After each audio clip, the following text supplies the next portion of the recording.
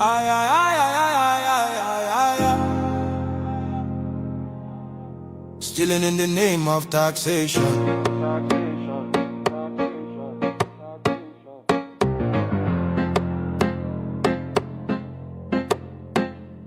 Shine your eyes, smell the coffee.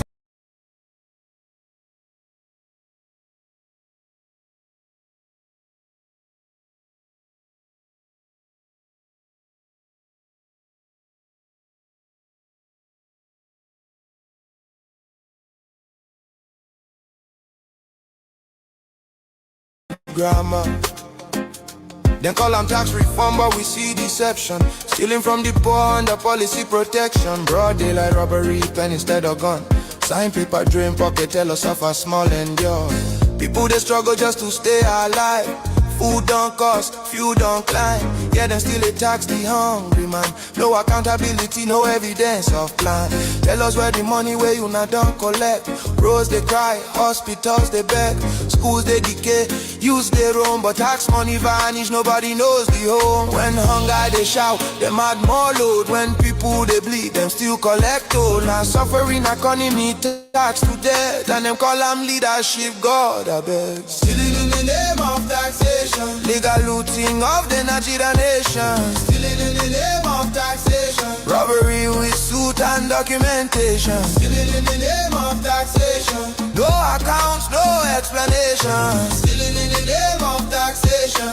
Wake up Nigeria before them finish us. Why France? Tell us why France? Why attacks deter they cross border by chance? Other African nations, they cut them off. But Nigeria, they rush, go sign deals non-stop. Now whose interest? No be our own. Smell them well, this thing get bone. Foreign hands on our revenue stream. Now start funding system dressed as regime.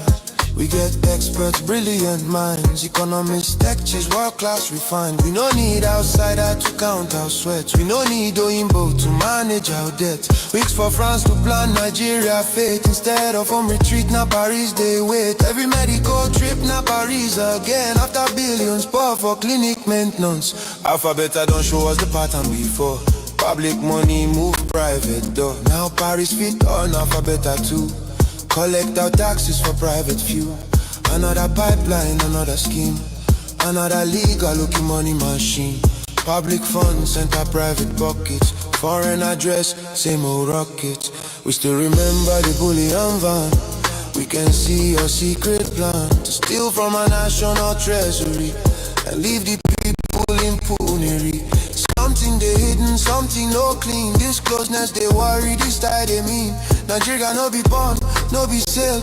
Our future no go enter foreign scale. We no go forget the bullion van. We know the secret plan. It is a gang of looters. They are not real leaders. Nigeria for sale, no. Our future for deal, no. Our economy for surrender, never. Stealing in the name of taxation, never. Stealing in the name of taxation. Legal looting of the Nigerian nation. Stealing in the name of taxation. Shine your eyes, Nigeria now. We no trust in Ubu's alliance with France. We no want another neo-colonial master. Nigeria is not for sale to Macron of France. Nigerians, let's stand together. Speak out now, before it is too late.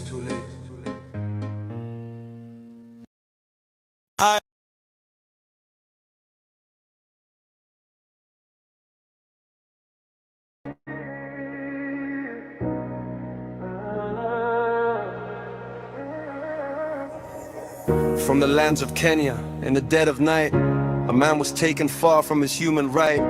No warrant shown, no court in sight. Bound in silence, flown through the fight. They brought him home, in chains and shame. Called his truth a crime, his voice a flame. Mazi Nnamdi Kalu, standing tall. A prisoner of conscience behind a wall. Show me the Lord, Motosho, tell me why. Which book, which page says I must die? You judge my words, you silence my call, but justice delayed is injustice to all. Show me the Lord, let the truth be seen.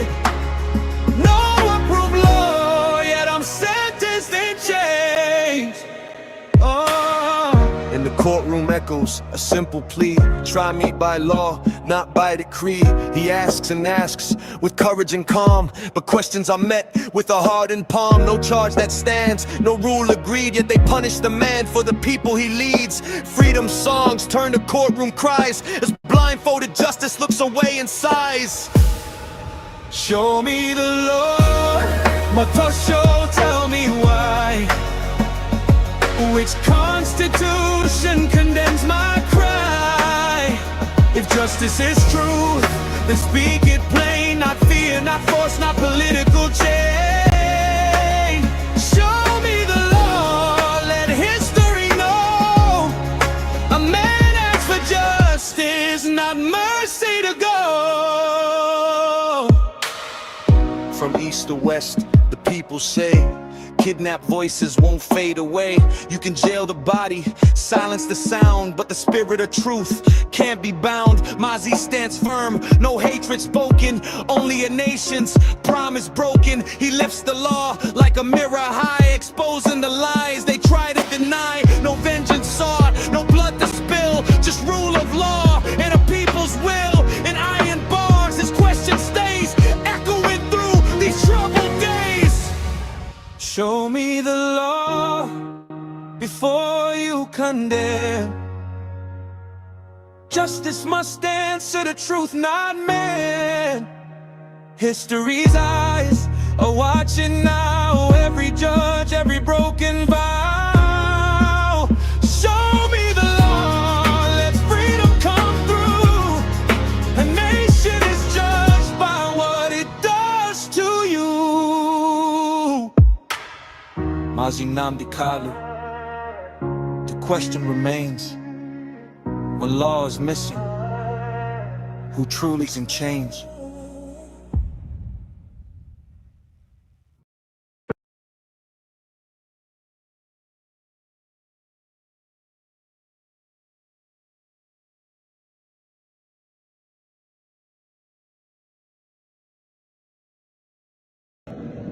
You mean United Nigeria or divided Nigeria? Or divided Nigeria, anyone. It don't matter what I mean, but the question should be, are we united as Nigerians? Are we united as, to be true?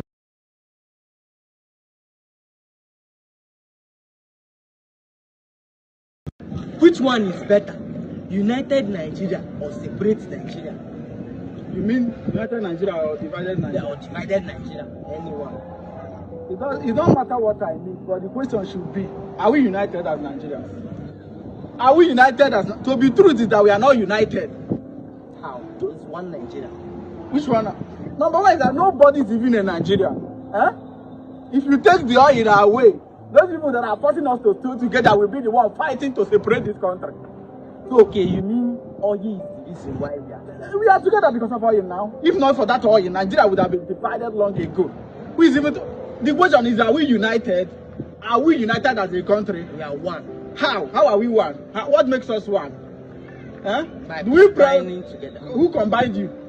A foreign man come and okay. Who combined you? Now you combine yourself. Huh?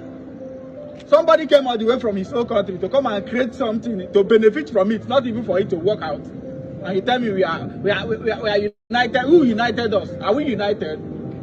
The truth is that we are not united. We all know this. And the earlier we divide, the better for everybody, because nothing is working out.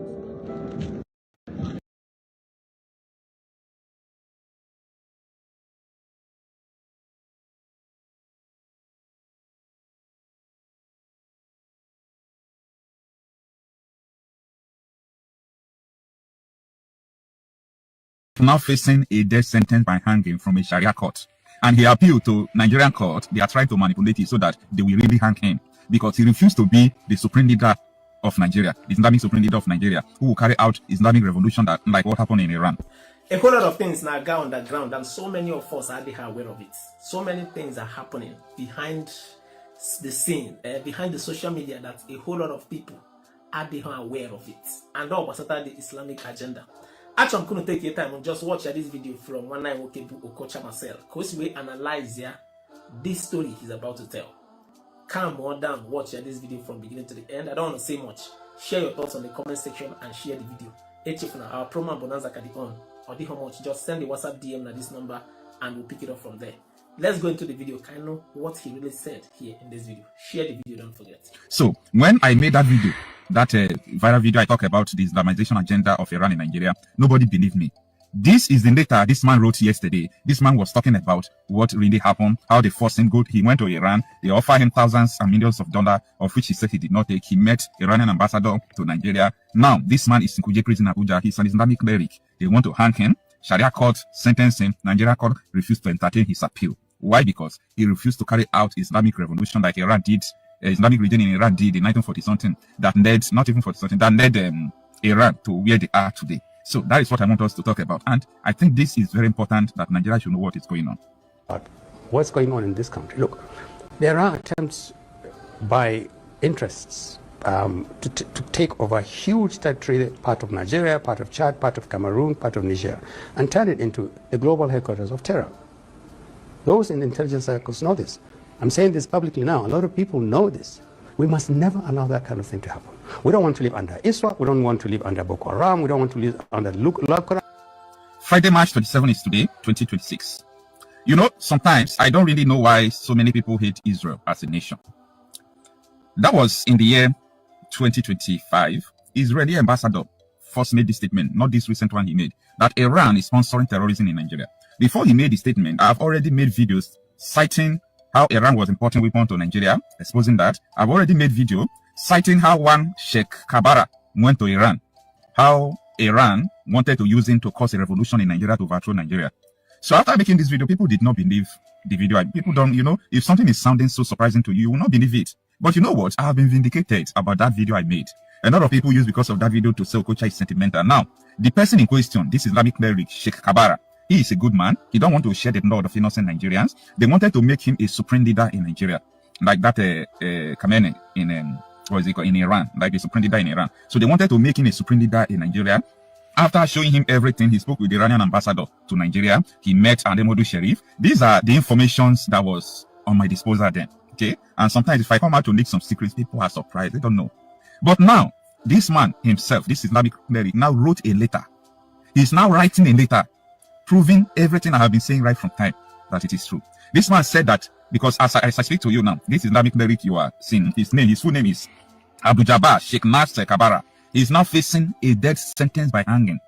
Stay with me. This is after they flew him to Iran. He said they deceived him. That is not what he wanted for Nigerians and for some people. And he said because a lot of innocent life will be lost. He said a lot of people will die. So for that reason, he don't just want to engage in all those things. He don't want to become supreme leader. And when he came back from Iran in the year 2021, in the year 2022, the Hizbah police, the morality police, the Islamic police, the Sharia police, they call Hizbah, they now arrested him. So when they arrested him, they charged him to court in Sharia court, upper court in Kano. So the court now sentenced him to death for refusing to lead an Islamic revolution that is going to change Nigeria permanently. And he met Ganduje. He talked about how he met Ganduje, how he met Ademodu Sharif, how he met the Iranian ambassador, how he met so many people. As I speak to you, this man is languishing in Kuje prison. He filed appeal against Sharia courts. He filed appeal to Nigerian court. Guess what? The power in Nigeria is suppressing the appeal. They did not hear the appeal, and they're about to hang this man. They are about to hang someone who refused to lead the revolution in Nigeria, like what happened in Iran 45 years ago, that led to this crisis to Iran today. Someone who refused to do this thing after they took him to Iran, after they equipped him, he refused to do it, is facing death sentence by hanging in Abuja as I speak to you today. This is unacceptable. People should open their eyes to understand what is going on in Nigeria. If you have been following me, I predicted something for you, that in 2026, that there is an interest to annex Nigeria into terror stronghold. After making the video, that was January last year, right? This Babadatia made elder brother, he came to Arise News again. The man repeated the same thing, that there is an interest, that the whole world knows about this, that the SS is aware, military, they are aware, that there is a plan to turn Nigeria into a terror stronghold. And why is this thing not trending? Because it's not a celebrity news. It's not a political news about Tinubu, P2B. Like, this is not the news Nigerians want to hear. This is not it. This is not the news Nigerians want to hear. Nigerians want to hear that maybe P2B went to Kano, they rejected him, or they want to give. That is the news you want to hear. You are gone. Like, the country is gone. Oh God. Anyway, you see, this man is now begging for help because he's being held in Medium Security Custodial Center in Ikuje, Abuja. He has submitted extensive letter to Nigeria Ministry of Justice. He have submitted this letter to Nigeria Ministry of Justice. He want help. And on March 26 again, okay, on March 26, that was yesterday, he also wrote petition again to the president, to the Court of Appeal president of Nigeria, saying that the whole court is now ignoring his appeal. Sorry, courts are ignoring his appeal. When he write appeal, they will ignore it. Why? That is the conspiracy that people are not understanding. That a lot of people are supporting the war going on in Nigeria. You just listen to the military spokesman when he was talking about these terrorists are our prodigals and we don't have to kill them. We have to rehabilitate them. We have to rehabilitate them. Nigerians, wake up before it is too late. Wake up before it is too late. Just wake up. Just wake up. Wake up. So, I want you to study the life of this man. His name is Abdul Jabbar Sheikh Nasser Kabara. The man who refused to be supreme leader in Nigeria, that's supposed to lead Islamic revolution that will take over the whole country. And some people I know some people would say, how can he do that when we have military? Who told you that the whole Nigeria will not support him? When I mean the whole Nigeria, I mean the people who are the left. Yes, the left people in Nigeria, the left wing of the politics, they will support him. Because look at now, they are sabotaging his appeal at this moment. They are sabotaging his appeal at this moment. They don't want to listen to him. He talks about how they gave him thousands and millions of dollars. How they offer him millions of dollars, but he refused it. They sent so many emissaries to him. Like, what do Iran really want? And this is totally different from, what other people have been doing in Nigeria. Like ISWAP, who wanted Islamic State, all those people. It was a little bit different from them because these people now are shy. Other people are Sunni. So, what is all about this? This grip of Islamic radicalism in Nigeria? People should pay attention because all these politicians, they don't know the problem of Nigeria, or they just want to play their politics and have their own money, do whatever they want to do and live their life. If they actually wanted to help people in Nigeria, you could have seen flyers. You see why if I say I love the West, people don't understand. I am not ignorant of the stories of slave trade and so on and so forth. Like, democracy is not supposed to be for Africa. It's supposed to be only for the West. Because if, for example, Nigeria is like a country in Germany, you will see that the only thing that presidential candidates will be using to campaign is to how to stop Islamization of Nigeria. Because that is only the problem we have in Nigeria. We don't have a problem of economy. Don't believe anyone saying we have a problem of economy. What is affecting our economy is Islamization. We don't have problem of security. Insecurity you are seeing is Islamization. We don't have problems of corruption. The corruption you are seeing is part of all this shit. We have one problem in Nigeria. That is Islamization. If everybody can understand this, believe me, few days to come, you will see that once you discover the real solution, then these people will go offensive. Then the war will start. You people don't understand this. Do you understand when Trump wanted to activate something in Nigeria before he is now occupied, before he was occupied with the Iran issue? You see that time when Trump made that statement, these people went offensive. You know why? They want to just put in resistance because they know that this man is hitting the nail at the head. If you see a presidential candidate who will come out today and said Islamization is the problem of Nigeria, many people are supporting it. If I enter as a president, I will make sure I return Nigeria to regional government. I will bring an executive bill to have a referendum in Nigerian constitution and divide this country. A lot of people will buy the idea and follow him. But before election, they will kill him. If they didn't kill him, they'll make sure that he will never win. But if the person win and he is able to do this, you will say that the problem you are seeing in Nigeria will just end. This is because we don't have any other problem. The only problem we have in Nigeria is just Islamization. Take it to the bank. Stop deceiving yourself. This is the only problem we have. Muslims know about this. This is an Islamic cleric. This is an Islamic cleric telling you what is going on.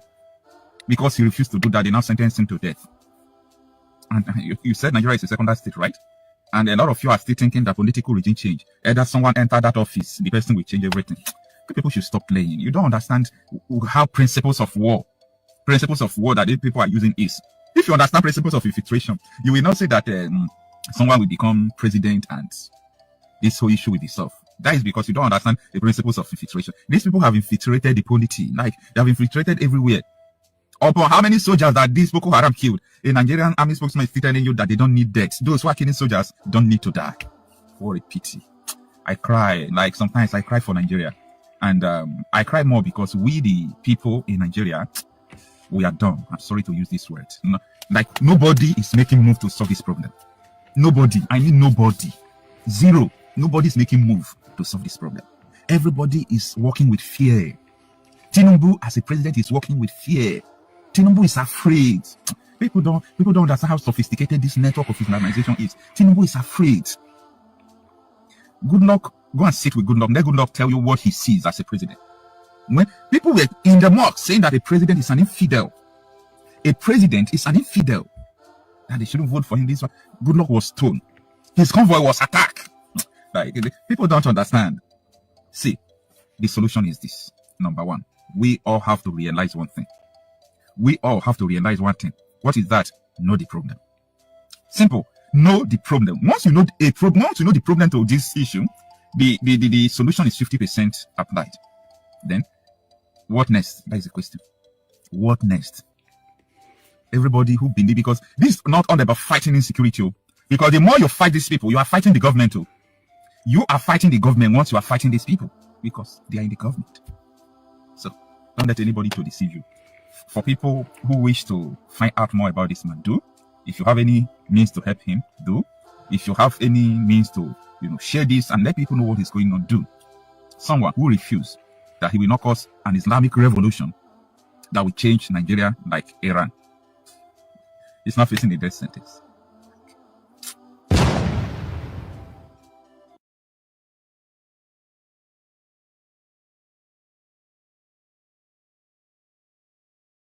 Europe has ever voted for an Igbo man before? A Biafra. Even Jonathan, did you vote for him? I will ask Yoruba again. Have you ever voted for an Igbo man before since 1960? Yoruba? Simple question. But Igbos voted for Abiola, didn't they? The same was they voted for Basanjo 2 times. Even against the Kwem in the primaries. I want to ask Yoruba, have you ever voted? I want to prove to you that what I'm saying is not born out of malice. I want to prove it to you. That your hatred for an Igbo man is unreasonable, is unfounded. It shouldn't happen in the first place. Yoruba, you must change. You must change.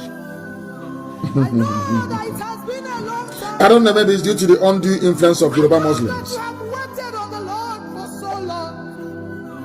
You are now telling me that as a race of 70 million people, the only duty you now owe to yourself is 2023. So Aisha can be doing anything she likes. People can be dying.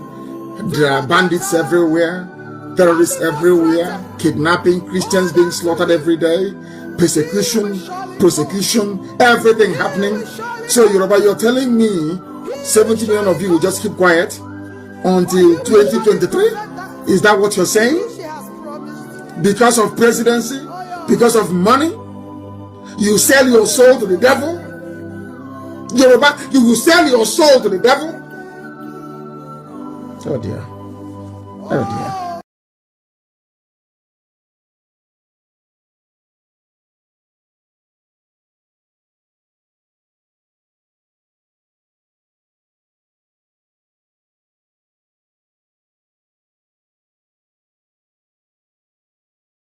Homeland Media under the Department of Information Telecommunications and Postal Services of the United States of Biafra. USBG Homeland Media. Truth that keep us moving.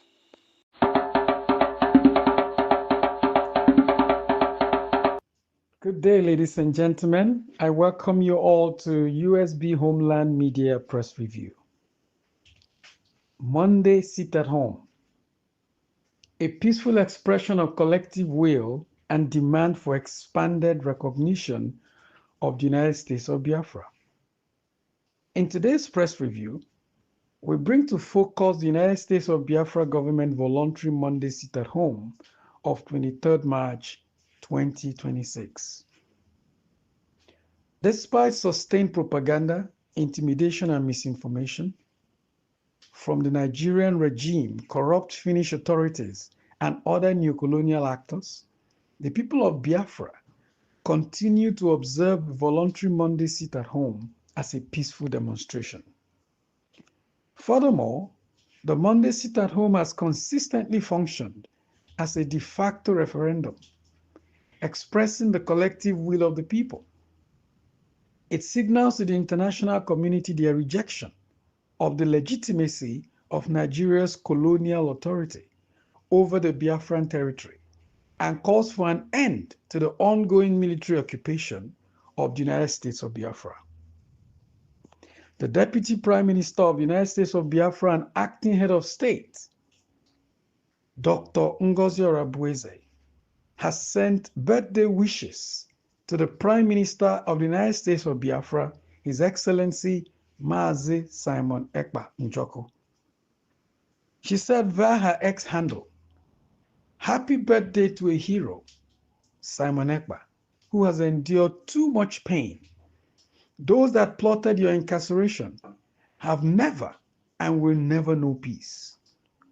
We love you, Simon, and we know that you're coming home very soon. Thinking of you today and sending love. Your strength is an inspiration to all of us, and this injustice will not have the last word. Keep holding on. According to you, this thing that happened to you will not happen to any of us again. Love always, Deputy Prime Minister."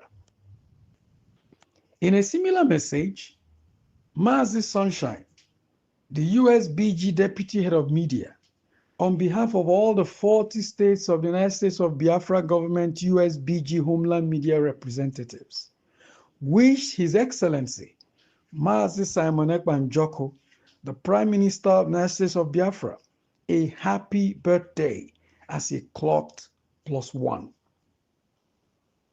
There were also many outpourings of love and birthday wishes towards the PM, Mazi Simon Ekpa Njoko, from Biafrans, both at home and in the diaspora. USBG General Fundraising featuring Mama Biafra. The United States of Biafra government on Saturday, 21st of March, had its general fundraising, and in that fundraising reminded Biafrans of the illegal arrest of its supreme leader, Mazi Nnamdi Okukano, Mazi Simon Ekpa Njoko, Mama Biafra, as well as other detained Biafrans in Nigerian prisons, cells, and beyond. Mama Biafra, who had since been released, was in the same Nigeria DSS jail in Abuja with Onyendu Mazi Nnamdi Kanu before he was transferred to Sokoto prisons after being unjustly sentenced to life imprisonment by Justice James Omotosho. Onyendu is currently appealing that sentence, and we're very positive he'll be victorious. The United States of Biafra map is now discoverable on the world map, and Biafra citizens have started using their USB ID cards currently in their countries of residencies abroad. Our lobbyists and legal team are doing a great job. Biafrans, be happy and stay the course. This message was conveyed by the Deputy Prime Minister, Dr. Ngozi Orabueze, Deputy Prime Minister of the United States of Biafra. For the acquisition of United States of Biafra USB ID card and other official government activities, go to this website, unitedstatesofbiafra.org. To get your own passport or ID card, click on Apply for Documentations. Then click on National Identity Card Eligibility and follow the process. For those that have previously applied and have not received their ID cards, click on National Identity Card Reapplication. Then follow all the processes required to obtain your ID card. Thousands of Biafrans are requesting and applying for the USB ID card as a sovereign nation declared on November 29, 2024 in Lahti, Finland. With that, we have come to the end of today's press review as compiled by Mazi Sunshine, Deputy Head USBG Homeland Media, and presented by Mazi Johnson Ugo Daniel. Thanks for listening, and see you next time. Bye-bye.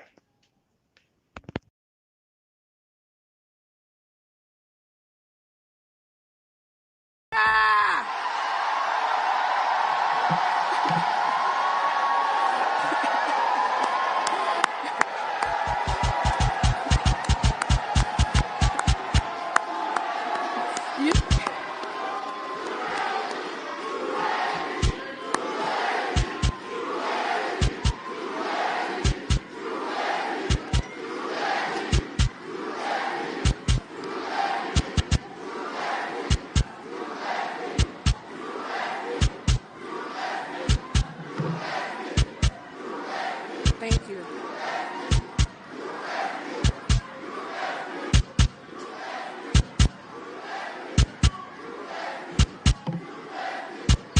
All right. Thank you so much. Thank you so much. Thank you so very much. All right, we continue to conclude. Our independence is here today.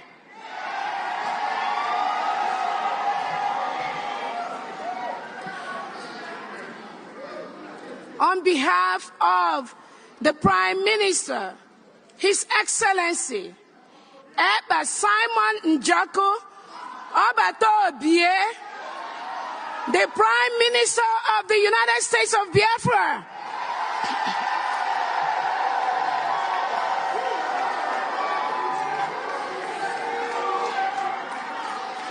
Now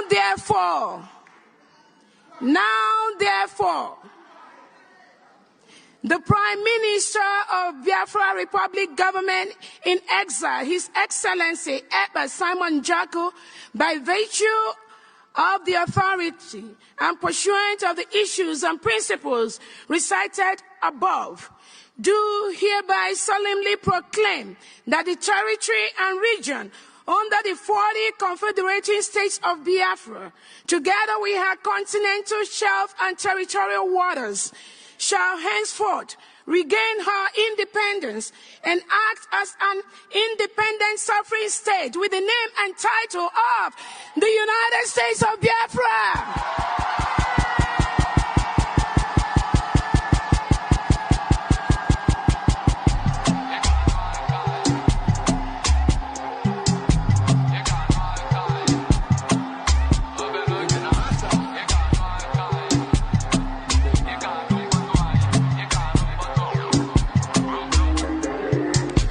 So shall it be.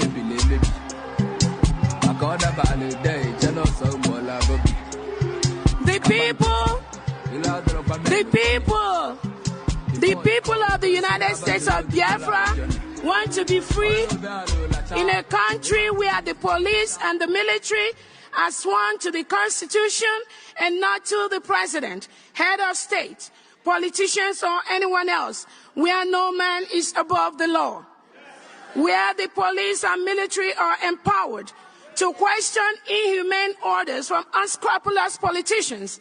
And if such order is to invade a community and kill everyone there, they will say, hell no, what are you talking about? What the hell are you talking about? The United States of Biafra, as an independent country, joins the United States of America in proclaiming that all men are created equal.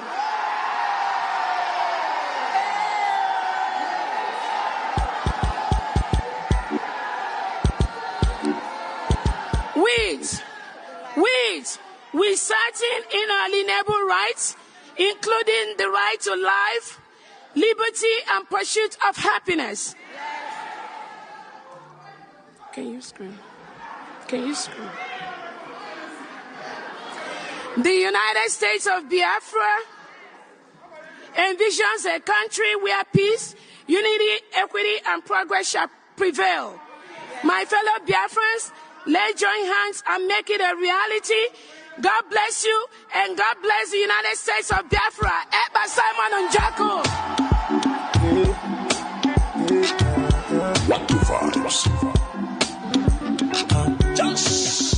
struggle autopilot until At this time, Simon not the pilot.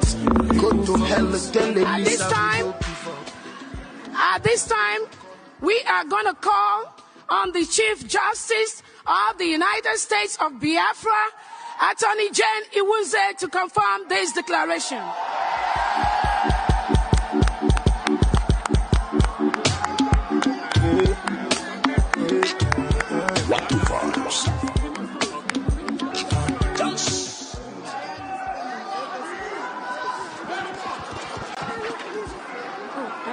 These 40 states before you affirm. Okay, Yeah, let's read it.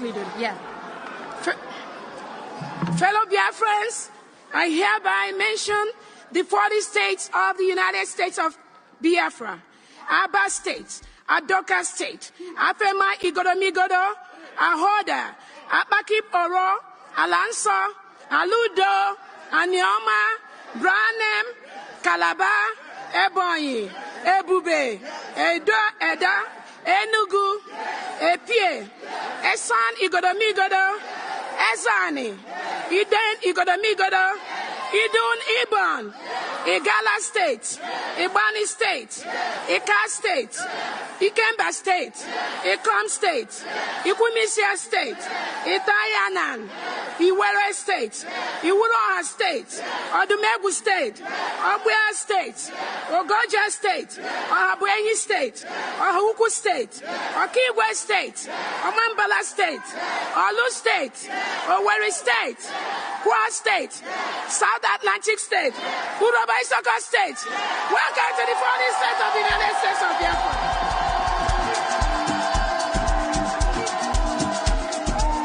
Injunction of the Congo,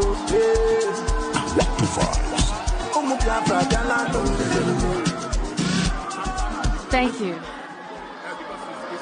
We have heard of all the grievances that have been read here today. The untold hardship of our people that they have gone through, the lives that the lives that have been lost, the lives that we are still losing. As a member of cabinet, I stand here to affirm, on the basis of the grievances and of the referendum, for our forefathers, for this generation, for the next generation to come, I affirm the declaration and restoration of the United States of Biafra.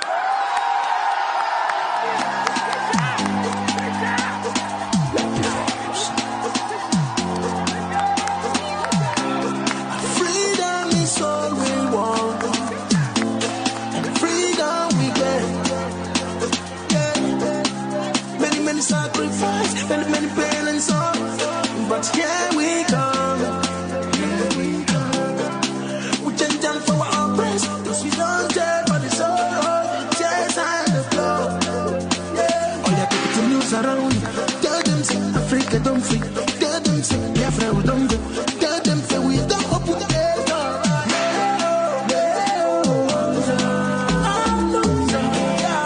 Alright. Open the gate of freedom. Freedom's now. We go.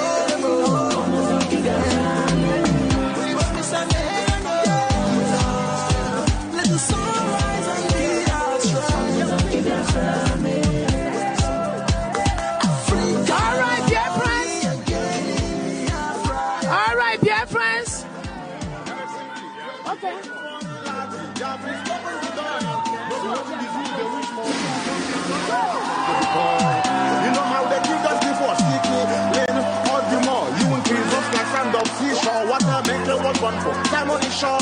When the guys are open the gate, police are passing from open the gate. Oh, get it open the gate. Yeah, bragging. You go deep. Yeah, open the gate. So I'm not going to way. Open the gate. Tamara, I open the gate. Yeah, bragging.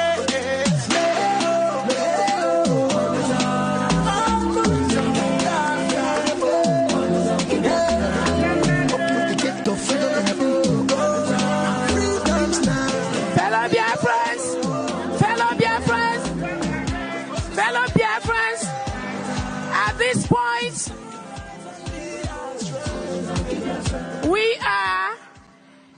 going to lower the flag of Nigeria and raise the flag of the United States of Biafra.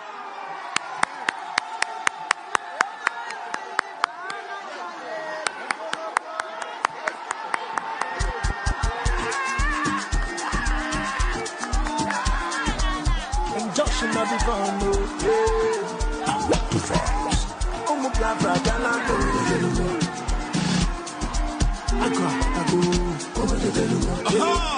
that's all. That's laughter. We dey take place. We tell you the big one you know the look there. That's all. Everybody can Nnamdi Kanu, Mount. Odedu won't take a Simon Ekpa. Mount. And now that. And the one out of my Lord. Yeah, man, don't let him exile.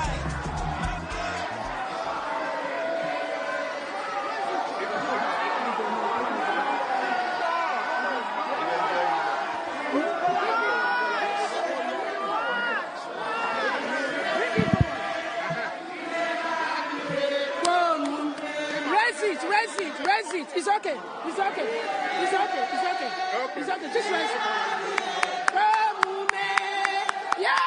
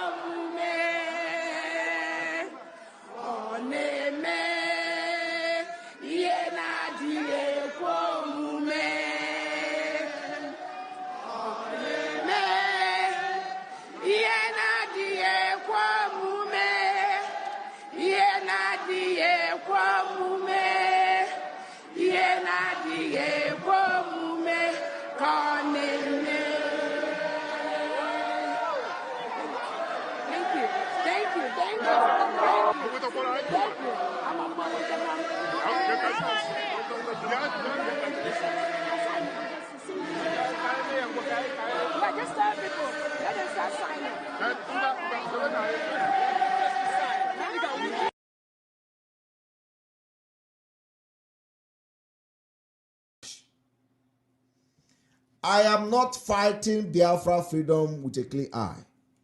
The thing I'm telling you people today, if you know you are going to occupy any position in the Biafra de facto government in the homeland, listen and pay attention. I don't have friend. I don't know anybody. I don't know you. You are not my friend. The only thing that we are doing brought us together is that you have volunteered to serve Biafra people in the homeland. If you become a problem, you will regret it. It is a call to serve Biafra people, not a call to serve Simon Ekpa. Not a call to build clique, not a call to form cabals in your various states. Not a call to do paddy in the Biafra government. The price and the consequences is heavy. Many people have died in this struggle. You must listen to instruction. You must take directive and don't joke with it.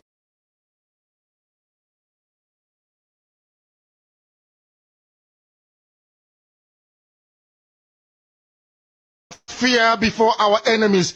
We have sworn an oath to restore Biafra, or we die in the process. There will be no retreat and no surrender. If the option they give to us is to seek our restoration by violence, every living thing living in the zoo will be destroyed. All the animals will be destroyed. It's a promise and a pledge we are making to them. They must understand that we just don't love our country. We are fanatical about Biafra. We will do everything humanly possible to ensure that Biafra comes. It is either the flag of Biafra is raised up or I am lowered into the grave. One of the two must happen. It is better for this heaven and this earth not to exist than for Biafra not to come to pass. We dedicate it into the hands of Chukwu Abiyama, the creator of the heavens and the earth, because only him decreed that we should exist as a race, and only him has the say to decide and to determine if we are to survive or not. We don't rest our hopes in any man. We don't believe that any country can do anything for us. We are going to reaffirm our faith in the supremacy of the creator of the heavens and the earth, Chukwu Abiyama, upon to whom and in whom every glory and honor belongs to. That's why we worship him and nothing else and no other. We worship the one true living God. That is who we worship. That is why we were created. We are not like any other people. We have been chosen by Chukwu Abiyama to serve him. We have been chosen by the creator of the heavens and the earth that we may serve him. That is why in our names it contains every praise imaginable. Every praise imaginable to the Most High is contained within our names, because we are very special people. We are here to reaffirm and reiterate that. We are here to ensure that this very march towards our freedom cannot be hindered. Any obstacle on our way, real or imagined, man or woman, adult or child, anything it is, once you are an impediment to the restoration of the sovereignty of Biafra, you will be destroyed completely and totally, in every way imaginable. We do not forgive. There is no forgiveness in our dictionary. We are here to ensure that the death of 3.5 million people is not forgotten. It is to them that I owe every ounce of loyalty and obligation. They are not here to offer any advice or to ask us to forgive Gowon. They are not here to ask us to forgive Haruna. They are not here to ask us to forgive the Yoruba people and the Wolowo family.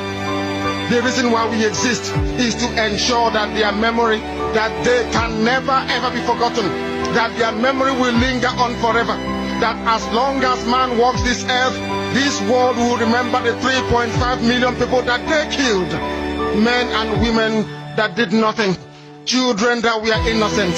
Their only crime is to be blessed by God. That is the only crime they have committed. As those children were being slaughtered, as they were being stabbed to death by a very wicked and cruel world, spearheaded by Awolowo, everybody looked on and did nothing. Instead of them to help us, they ensured that our absolute blockade from land, air, and sea was absolute, that we may die, that the children of God may die. But lo and behold, Chukwu Abiyama determined that we cannot die, that we cannot perish, because we are his own. Despite all our iniquities, despite all our sins, he made us in his image. He gave us that very edict to worship him, and that is what we do every blessed day on this radio station, without fail and without the fear of any human being. Talk less of an animal in the zoo. We are here to worship Chukwu Abiyama.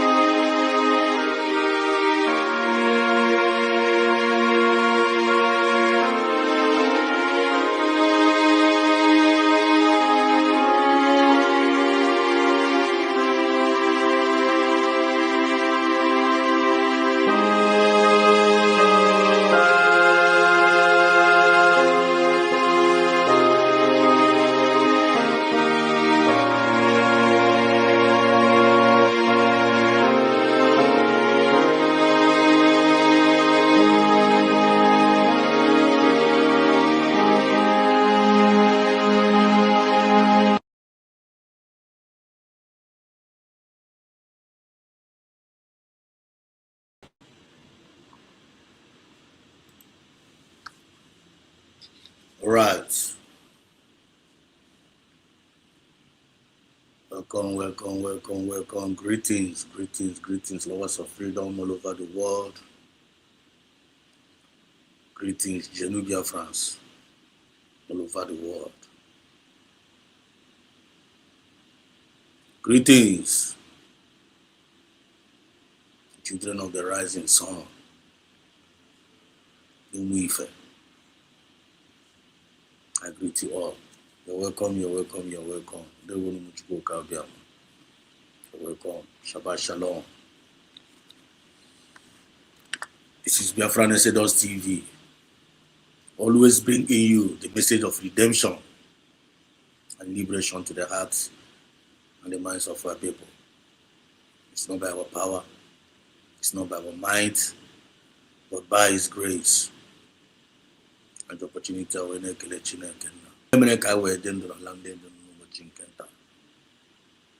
for all His wonderful works, for His goodness, for His kindness, for His power.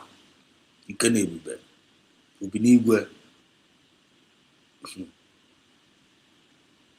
I can't do any. The one that leads us, the one that protects us, the one that provides for us, the one that gives us the strength, the one that gives us wisdom, the one that gives us good direction.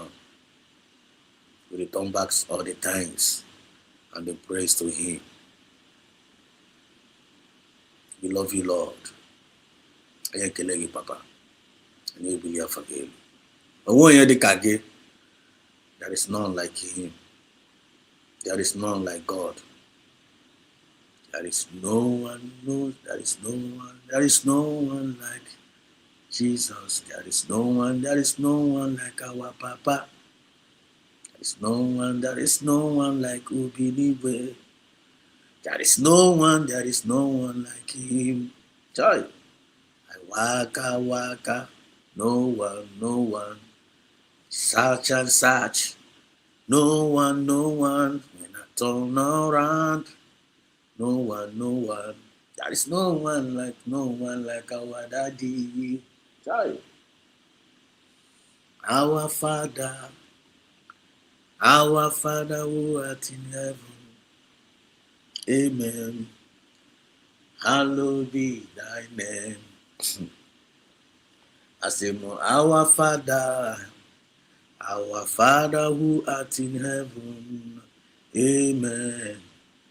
Hallowed be thy name. Ekele dịrị Chineke. Ekele dịrị Nwanya. Ekele dịrị Nwa Mmụọ Nsọ. Onye na-eme mma. Ekele dịrị Chineke. Ekele dịrị Papa. Ekele dịrị Onye Mmụọ Nsọ. Onye na-eme anyị mma. Asị m n'eluigwe, ịbụ eze n'elu ụwa. Father Lord, I give you praise. Ị na-achị achị n'ala mmụọ. Ịbụ dike na Jehova. Ịdị ebube. Asị m n'eluigwe, ịbụ eze n'elu ụwa. Ị na-achị achị dadị n'ala mmụọ. Ịbụ dike joy Jehova. Ịdị ebube. Asị m ana m aja gị mma n'ihi na ị mara mma. Ịhụnanya gị n'obi ọma gị juru m anya. Ewo inweghị mgbanwe. Ọ dịghị onye dịka gị. Ịbụ Alfa and you are the Omega. Anyị niile na-aja gị mma. Asị m ike dị n'elu, asị m ike dị n'ala, ike dị n'ebe niile, ma nke Chukwu karịrị fa. Asị m ike dị n'elu, ike dị n'ala, ike dị n'ebe niile, ma nke Chukwu karịrị fa. Sorry. Papa nye kelele gị n'ụbọchị nke ka anyị bilie gafe gị elu. Anyị ma ebido kelebe gị na ya so dịkasị iwu ka ya bụkwa na dịkasị kọ na mkpa onye na-emere anyị papa onye na-emere anyị ife na-emere anyị onye na-echebe anyị otu isi na-echebe anyị onye na-edu anyị ije otu isi na-edu anyị ije onye na-alụrụ anyị ọgụ otu isi na-alụrụ anyị ọgụ a na-asị nara ekele nara mbuli elu now and forevermore. Ise They will much go Kabiama. You are welcome, you are welcome, you are welcome, you are welcome. This is Biafra Messages TV. BETV. Always bringing you the message of redemption. Not too high. Always bringing you the message of redemption and liberation to the hearts and the minds of our people. To believe well. Always bringing you the message of redemption and liberation to the heart and the minds of our people. Today we're getting from Animalistic. Today we're 29th. I have a good Sunday here already. And today we're fundraising of the United States of Biafra. Fundraising. Understand? And today we're another day that the Lord has made. And we are rejoicing and we are glad in it. It's not by power, it's not by our might, but by His grace. So no blood in the Kele Chukuna. Make sure in the Kele Chukuna. Make sure in the Kelea. I don't know that's the Doashwa. Make Kele Chukuna now where you are. And the man on the job, Kelea. And the Chukuna now about happen. You know they forget. You always remember. On the mono we have no gear. When you are blind Chukuna now, you will inwe Chukwu nwanne ị nwere everything onye ọbụla na-aka ala so onye bịa nwe ala obere challenge self ga-egbagharịwa nwanne Jehovah to anyị wee n'aka the God of Abraham, the God of Isaac, the God of Isaac, Jacob, the God of our forefather, the God of Biafra to anyị wee n'aka otu efu do anyị wee n'aka there is no shaking. Ebe aka confidence anyị nọ, ebe aka okwukwe anyị nọ, ebe aka belief anyị nọ, ebe aka wazili nọ. Onwe ihe ọbụla efu onye ọbụla na-akọ anyị na-anụ. Anyị ekwechirigo na anyị ekwechirigo. And Jehovah na-emere onwe ya afa. So when you are joining in, you're not joining in at this particular program, we join not in without no mind of sentiment. Buru no be. That no one find nacho anya nwetego ya. Buru ya n'obi na Jehova na-ehichasịwaga anyị anya mmiri akwa. Buru ya n'obi Jehova na-asụrụ anyị ụzọ niile mechiri emechi. Buru ya n'obi we are crossing over every Red Sea. Buru ya n'obi every mountain that is standing on our faces is being crushed. Buru ya n'obi every chain of slavery has been broken. Buru ya n'obi that victory belongs to us. Buru ya n'obi that no weapon fashioned against us shall prosper. Buru ya n'obi in all things. His name alone be glorified. They will not go, God, I love you all. Understand? We represent here the movement of we the people. By we the people and for we the people. God bless USB. God bless United States. God bless United States of Biafra. We are here. God bless USB. USB in the morning, USB in the afternoon, and USB in the night. The kingdom of God here on earth, we are here. That is what we are here for, to go down. The God of heaven, which is the God of justice, I am one year in charge of this USB. Whether you like it or whether you don't like it, the God of heaven, which is the God of justice, when I am one year in charge of this USB. On and off also. On and on, if I banaka, I need Jenny in the near. When I banaka, I need Jenny in the near. When you never enter, ga-ekweta echi. Ọwụ na ị ka na-eme argument na USB atụbe down. Ọwụ na ọ ka na-eme gị ka ọwụ na ọ ka na-eme gị ka film. Ọwụ na ọ ka na-eme gị ka film na USB atụbe down nwanne ọ ga-edoga anya very very soon. Ifilipe na chọrọ ya atụwa ka Thomas, Doubting Thomas, no worry. A ga-egosi gị aka. A ga-egosi gị aka. Egosi gị aka ebe a kpọrọ dị ntu. Ikwete na ọ na-eme.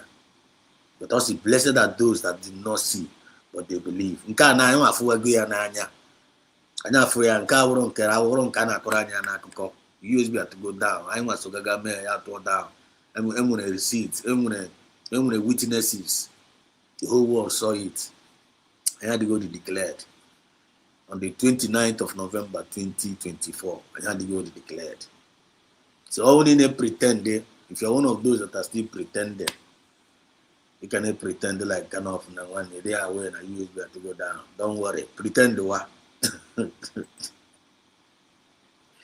Only can do about you can pretend like kind of you aware that USB have to go down. Okay, you can akrobaga in a dobaho. Like in do to Putobia, like in do to Southeast governors, like in do to Ohanes and Digo, like in do to IPOB Nigeria, like in do to this year is in the Metaquara Supura Ghana, the team. As Sakuragakwana, the team.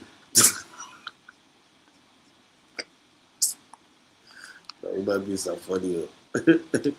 This is Sakuragakwana, the team. No, Kakwan, excuse me. Umokoko, Mediocres.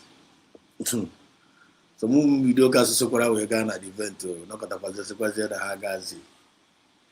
One, don't worry about them. Biafra spirit is dealing mercilessly with them. I tell you.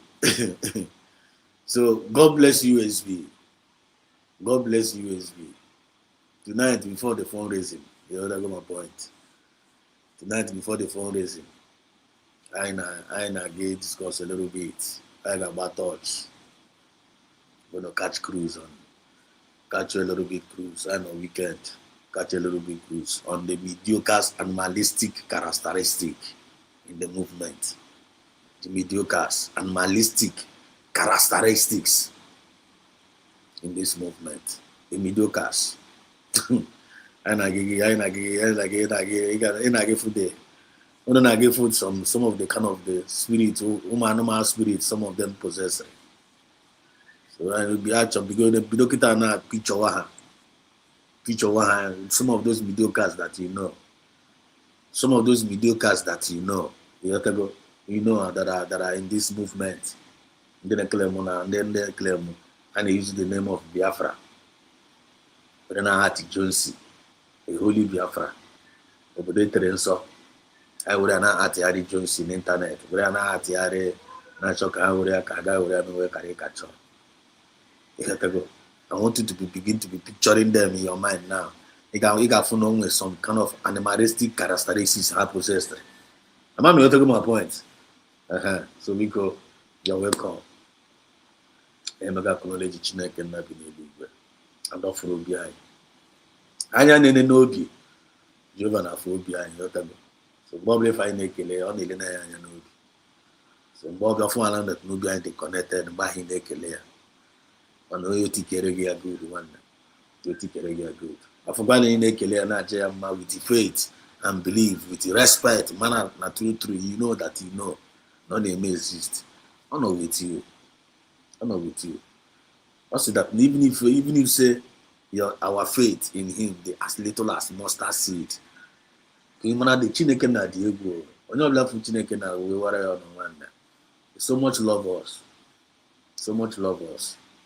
I love the Lord. I love God. And he loves me so. Also that even if say your faith is as little as the mustard seed. Maybe you want to. Now get here we move from mountain. And on a make on name one. On a make on name.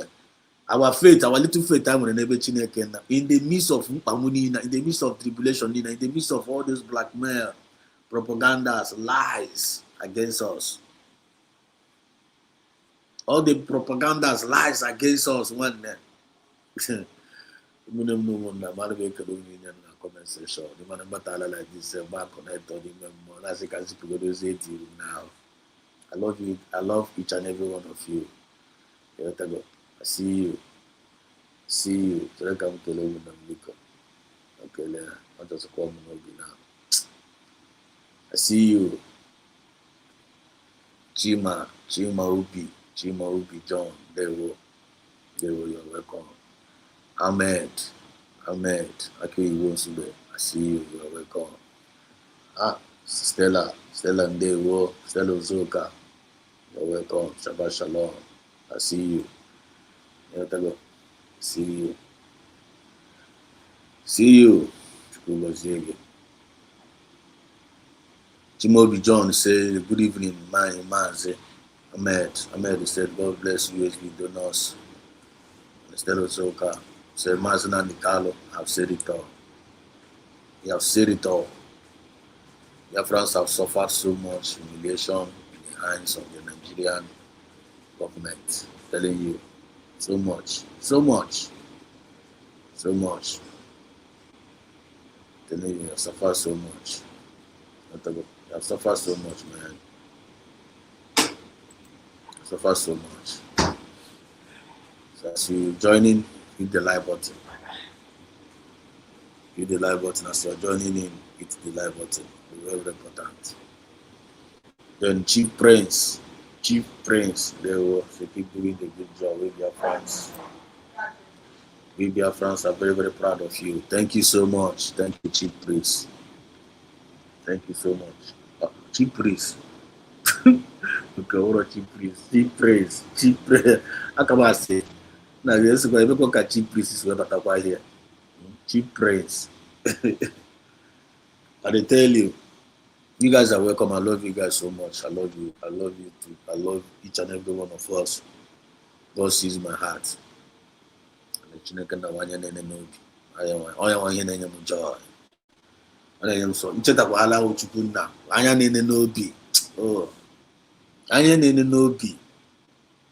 Maka. You don't believe amen na this Biafra movement. Guru ala n'obi na ahụ anya na-ene n'obi. Anya na-ene n'onye ọbụla. Anya na-ene n'onye ọbụla. So ọ na-enye m joy. Whenever I remember Chukwu na onye anya na-ene n'obi. Because ihe niile wu obi anyị matters a lot. Our heart matters a lot in everything we are doing. Obi ka ife na-eche. Obi ahụ ọ ka ife na-eche. If I nature matters a lot. As a man thinketh in his heart, so is he.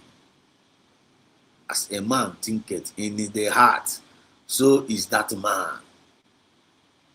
So you tell if I know now, it's only God knows what each and every one of us thinks. I may not know what you may not know what I think. I may not know what you are thinking right now. So you know my and I think anya na-ele n'obi. Chai. Chineke na dị egwu.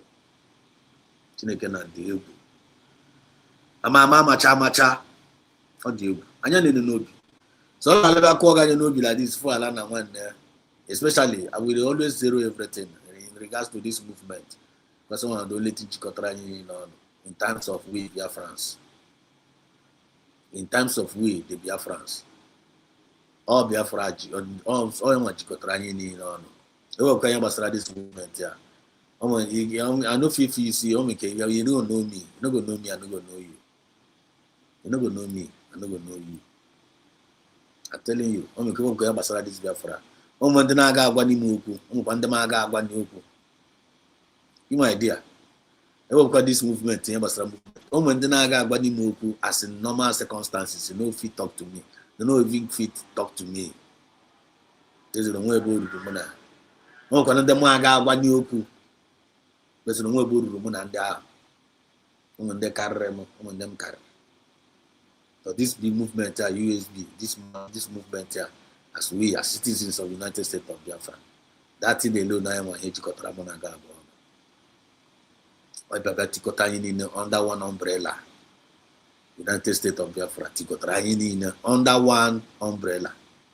Fonde Querina, United States of Biafra, Fonde Querina, the government.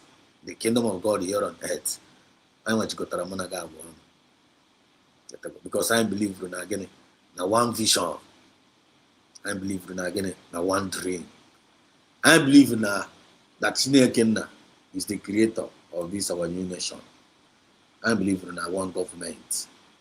I believe na in these our wonderful three leaders. We believe in them. We believe in anyị nwachikọtara anyị niile ọnụ. Ihe jikọtara these three people ọnụ na one check in my voice. Voice m na-apụtakwa ọfụma. Help me in the comment section, anyone there. Voice m na-apụta ọfụma. So ihe niile jikọrọ these three people ọnụ together. Jikọrọ mụ na gị ọbụ ọnụ. Jikọrọ anyị niile ọnụ. God the Father, the Son of the Holy Spirit. Onye nwa jikọrọ ha atọ together. The same God the Father, the Son of the Holy Spirit, and jikọtakwara anyị niile ọnụ. I by noisy under one umbrella. Under one umbrella. When they find them under in different departments. In different departments. In different departments with different gifts. I'm a chikorani no. So tell me noisy na this under one umbrella. Name acknowledge our chuku. Name acknowledge to this our wonderful three leaders. And I grow her former. Na-ewishi ha well. Chineke na nene anya n'obi. Ọ ma ihe each and every one of us na-eche towards these three people. Ọ ma ndị na-echere these our three people are, these our three leaders echiche ọjọọ. He knows them. He knows them. Ọ makwana ndị na-echekwara n'echiche ọma towards this our, he knows them. Akwana movement a Obinigwe ma Biafra spirit know everybody. So, in a claim in Israel, Ezo. More than a claim na more Ezo Homezo. I am in a nobi, and an ayina. I am in a nobi, and a pobi hawa. But you know, any more, it is supposing our phobia, these three people. It is supposing our phobia. And then only more our phobia. Lovers of freedom, I am on the house. I am Manakwan Daniel, Manakwa, their true followers.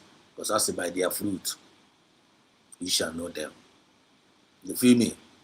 Hawama, they are true followers. They are true followers. Manakwa Hawa as their true leaders. There's no doubt about it. So we are very, very proud of them. And they are also very, very, very proud of us.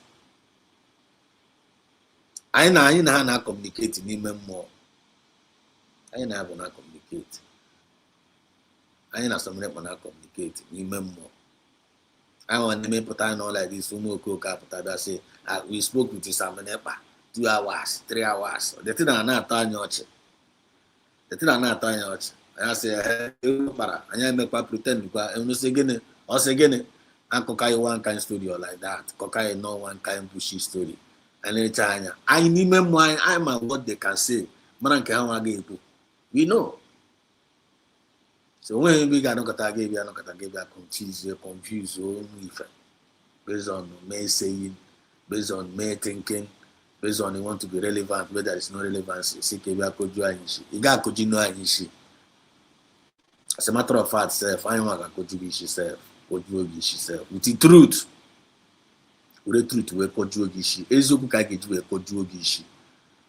Ezoku Chineke, okwa hanka misiri emisi. Ezoku original. And then are they consistent? Niku that Ezoku. I won't keep in the morning. Niku Ezoku in the morning. Euro in the night. In the afternoon. They be at twice.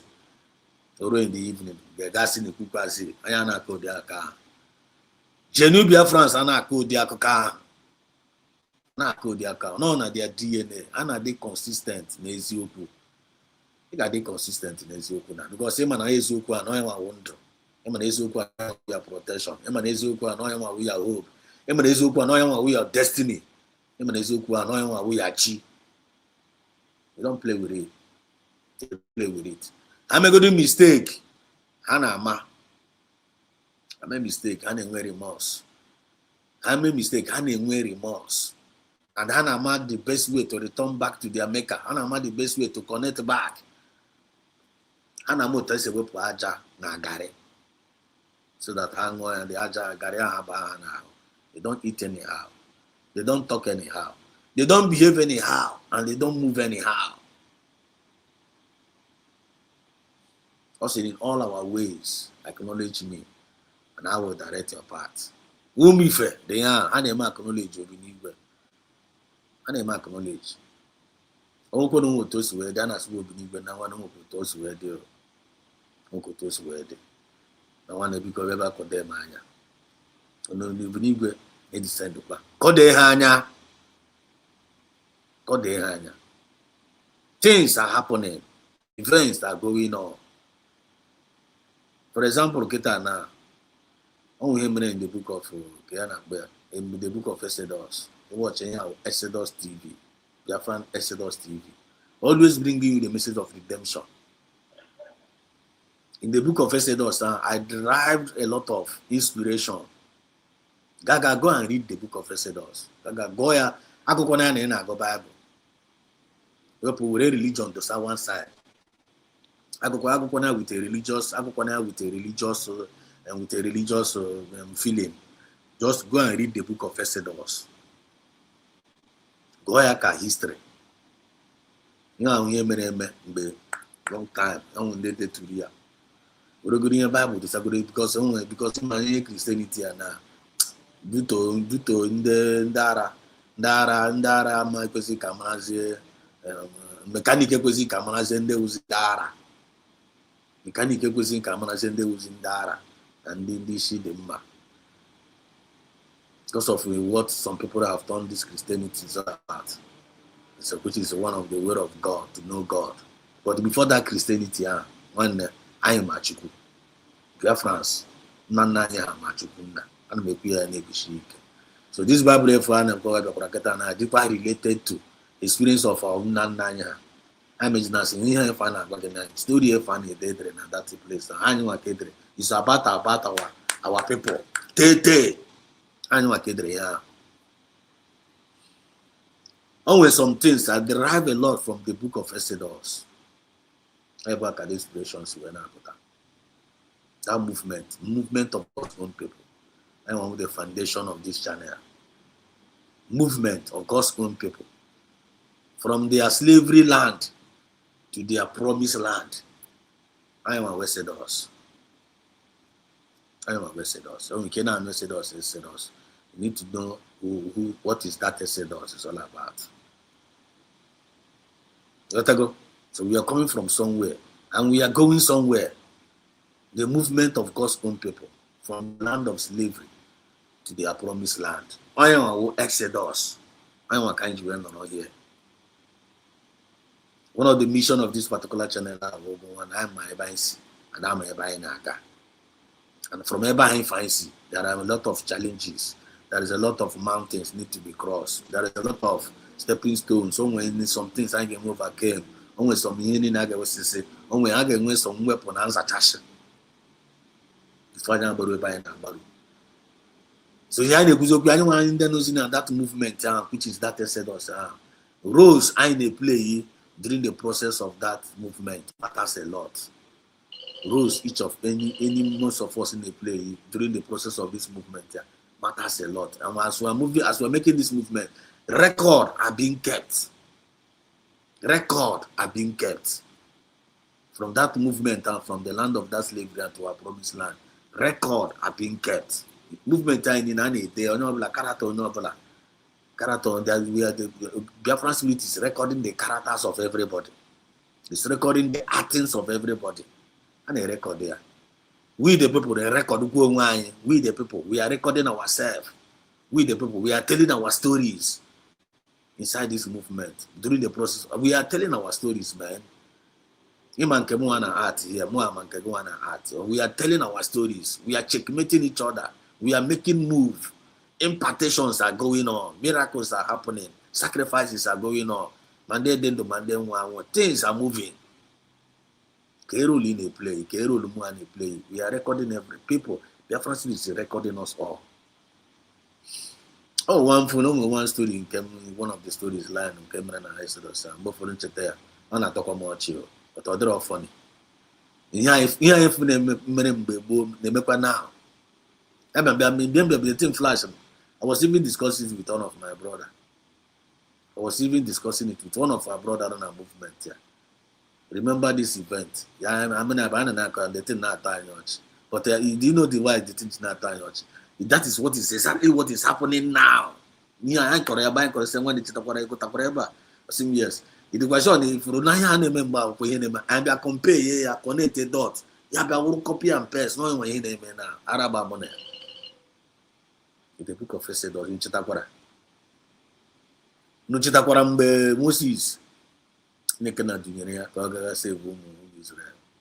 Moses mechakwa argument n'ime o mere with Chineke na gwachakwa ya ya ọ gwara ya sị na nwanne Chineke na ozi na-edu ya m na maka onye wu Pharaoh. Do you know who is Pharaoh? You know all those stories, right? Ọ bụrụ sa dị ebe a ka m na. But the main koko o nwere ebe megidere mgbe ọbụla abịa Moses abịa gwa ụmụ Israel kwe ihe Chineke nna kwuru. Ụmụ Israel asị oke. Ọ bịakwa Moses abịa gwa ha the way Chineke na kwuru ụmụ Israel asị okay. Sometimes same argument, sometimes ndị osi imi asị mba na ọwa asị na nwejiba ọgbakwanụ na-efe enwe argument ndị osi imi nọkwa mgbe ahụ. Ndị oke nọ na-aga agwa oke nọ na-ama na azụrụ na ngịga ha nọkwa that time ahụ mgbe ahụ kwa. Ndị chameleons nọkwa mgbe ahụ kwa. Ndị mara n'ugwu mpụta n'azụ ha nọchakwa ya mgbe ahụ na that movement ahụ mgbe ahụ. But the funny part ya wụ chitakwara mgbe ahụ ụmụ Igbo anọkọtara ụmụ Israel wee sizie Moses ịma ihe mere na nwanne na otee mgbe ọbụla na-abịa asị anyị God say na God ahụ na-agwateghị ya ifọ na God o nwere ike ibibi ịgba ha dịte na achọrọ ka abịa achọrọ ịnụzi nwa na nwa from God adịgo tired of onye na-abịa agwa ha God say na a ga-agwa Chineke na achọrọ ka ọ bịa speak to them ọ bịa meet ya na ọ bịa speak to ha. Nchetakwara that story ya Moses ga-abụrụ the thing bụrụkwa the thing otu ahụ ndị ụmụ Israel siri ekwe because a na-eme Chineke na-azie Moses asị onye ozi ya ọgazie ụmụ mmadụ just like Maazị Nankalụ si adị m eluigwe ezie ya ozi ya ọgazie ndị nọ ndụ connect go dot na ọkwa dị senti na-eme na eluigwe ezie ya ozi ya ọgazie ndị nọ ndụ. Moses went ahead ya ga were dị ozi zie ndị gwa ndị a ya gasị Chineke na lekwa ihe ndị a na-akọ lekwekwa ihe ndị a na-ekwu Chineke na-asị ya ka ihe ha na-ekwu ọwụ na Chineke na-enwe idea ọ ma ihe ha na-ekwu ọ jọsị n'ọkipụ chọọ ka Moses gwa ya ọ ma everything. Chineke na pretend kwa mekwasị kwa sị ya Moses ka ihe ha na-ekwu Moses wee gwa ya lekwekwa ihe ndị a na-ekwu. Moses wee Chineke na wesị Moses ha nwasị na ya nwachọrọ ha nwachara ịfụ ya one on one ha chọrọ ka ọ ya nwa atụọ down ọ sị na m dasịkwa na ị ga-atụkwa down na gị bịa were aka gị gwa Chineke na so awa na akọwa na ya nwa Chineke na ga-atụrụ ada ya. Chineke na sị oke nsogbu atụrụ na ya ga-agwa ha na ya nwa ga-atụ down na ha tinye date na ha tinye date ka ụbọchị ha chọrọ ka ọ tụọ down ha. Moses ga-abụrụkwa dịtị na ga ka ọ kwara ụmụ elu ụwa ka ọ kwara ụmụ Israel sa Chineke na-asị oke na o kwetego na ọ ga-atụ down ka edetu na chọrọ ka ọ wee tụọ down. Ha ga-emekwa meeting wee gwazie Moses choose o date whether ma ozi oke whether ma ọwụ orie whether ma ọwụ afọ whether ma ọwụ nkwọ. They were able to choose a date a day Chineke na-agaji atụ down. Moses burukwa the same report ahụ bugara ya Chineke na ndị echuzukwa na day na-echuzukwa na day ụbọchị ga-atụ down ha. Chineke na-asị oke nsogbu na gị ga-agwa ha na ya nwa ga-atụ down that particular day na ga-arụ that day ha gada asụsụ so place na ya nwa ga-atụ ebe ahụ. Moses ga-werekwa the thing gbakwa ndị ebe ya oru that day nwanne onye ọbụla ha that day ha niile kadacha iricha efe iyi mma kiticha na onye ọbụla ha chọrọ Chineke na na-abịa today maka na ha bụ ebe ahụ. Moses ga-agwa Chineke na nwanne ndị agadakwa na ị ga na-abịa kene na-abịa. Moses ya Chineke na sị ya nwa okwu eme ọ ga-abịa. The coming of Obinigwe ka ọ bịa gwazie ụmụ ya okwu. The thunder sị na-agbani ịmana na the kind of intro the ihe na-abata na nwanne weather thunder na-agbani na cloud ma gboti my blasting na if the glory was all they can't bear it. Ụmụ Israel nọkwasị n'ọkwa ndị sị na ha chọrọ efu Chineke na ọ bịa gwa okwu Moses agwana to Yabia Batukwana. But they saw the children of Israel have the glory one Nabia, the thunder in Nabian, back at you put Moses only here and Moses only here at Chineke Natch. Back at your man and Moses are ordinary human being. Back at you, man, Moses Hana Pasu, Moses Nabi a home below where Nabia Bahu, Moses Nabia home below where Nabia Bahu, the God said, the quick Opa Kodre Hanama. And they might give some of them now believe to Moses, some of them pose Moses, some of them now parry Moses, which is happening today.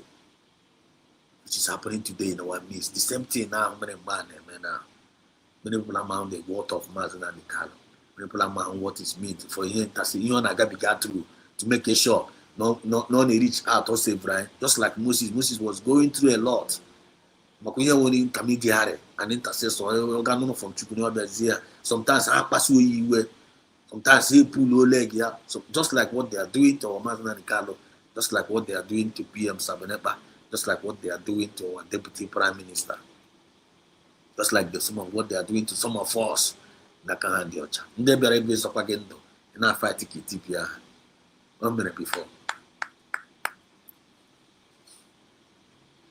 And in the native Moses, we could get what Chineke na yala chiba back. Chuguna mba na ham go ekotego. Because na actually the glory was they can't bear it. They can't.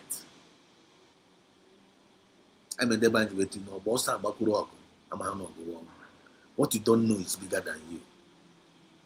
There are hierarchies now this movement here. And when they chukuna place each other in a very, very specific territory, in a very, very hierarchies. Both spiritually and physically. It is supposed to be more kage. Game man on ka. If you only kage na this movement, like kind of only kage like Mazana de Carlo, one you need to get Padawa Mazana de Carlo. You need to be so who is this Mazana de Carlo? Uncle Jiba Uncle Mazana de Carlo Casino Maya. Emma Konoka Reg. Emma Konachuna Pario. Emma not Naibon more bread. In the next 1,000 years, you may not operate like you know. Instead of you may acknowledge, you respect you want to summon me. Insult Mazana and Carlo. Right? They did it to Moses. This was the time Moses was very, very, very angry. And then when he walk on, based on that he walk on, he made a lot of mistakes. Moses nowhere. But due to the fact no way choosing one, Chukuna and Chukuna understand as someone to be a time or bigger as you can come and rest. Can also come Joshua is a Bolazenda. The one mega allow who are Moses. It kind of you went down and possible. You will keep boom mother here.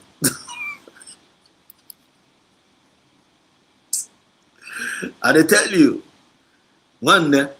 Mediocres and animalistic characteristics in this movement. In this movement. The mediocres are the very, very alarming. Provocateurs are the very, very, very, very, very alarming.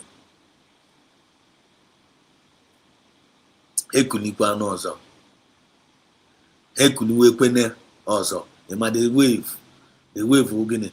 USB had to go down, one never to go down. Bamu Jesus, man, the Herod Sebeka Jesus, because Potano Kaga slogan he was planning how to murder the onion supporter.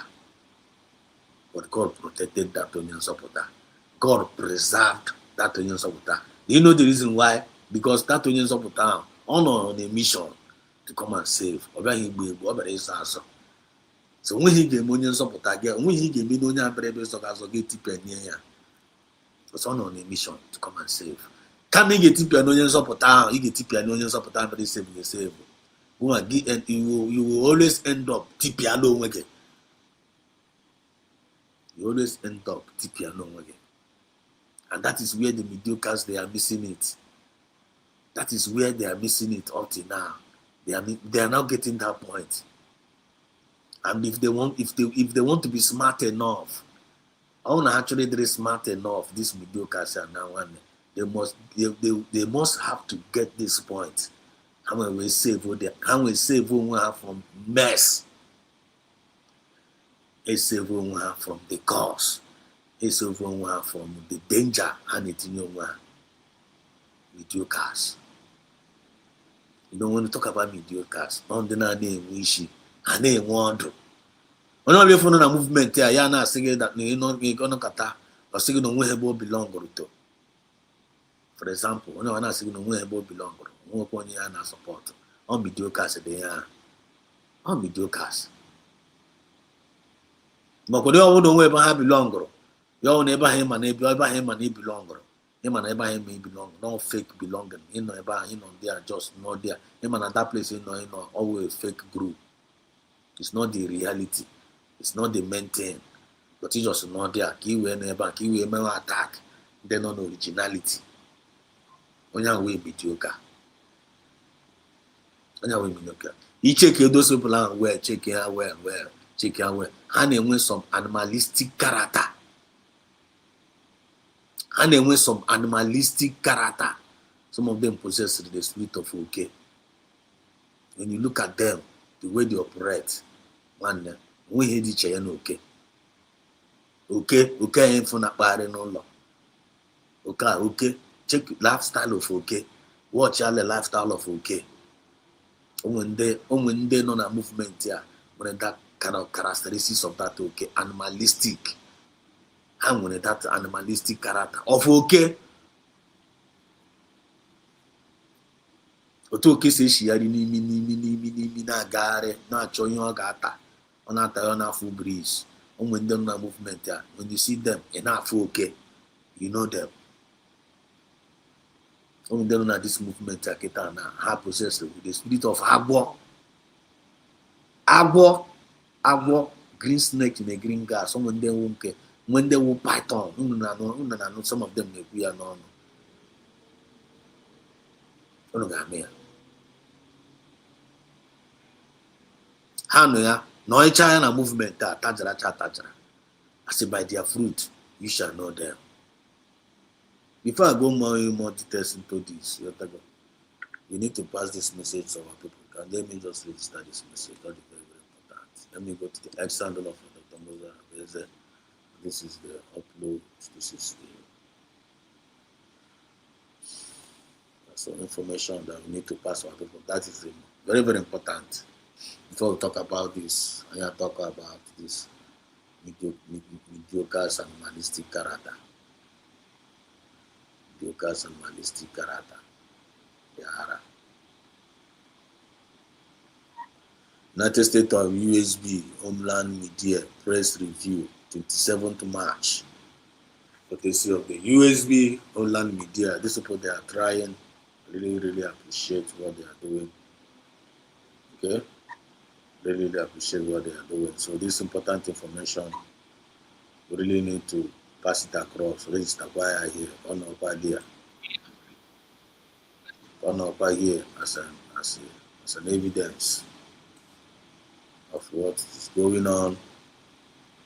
Very, very important. And Yoma, you know what Chakita now. I will USB has been really declared. Then achievement on the rate. These mediocres and all these these Nigerian government, they are using the mediocres like kind of to radical or movement, but I be late. I be late, man. I be late. Take it to the bank. Take it to the bank. I be late. But then I never know. I want us to listen to this press release.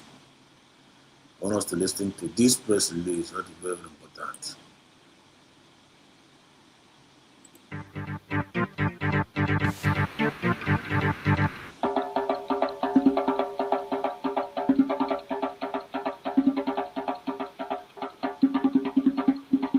Is press review time on USBG Homeland Media under the Department of Information Telecommunications and Postal Services of the United States of Biafra.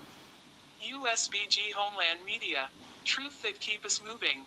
Good day, ladies and gentlemen. Once again, I welcome you all to the USBG Homeland Media Press Review. Today, we begin on a very stern note. Stay clear of Anioma State. It's already part of Biafra land. USB government warns Akpabio, Nedwoko, and Nigerian government. The Deputy Prime Minister of United States of Biafra, Dr. Ngozi Orabueze, has warned the Akpabio, Nedwoko, and Tinubu-led Nigerian government to stay clear of the state of Anioma and its territory, as the state is one of the 40 states of the United States of Biafra declared on 29th of November 2024 in Lahti, Finland. USBG fundraising.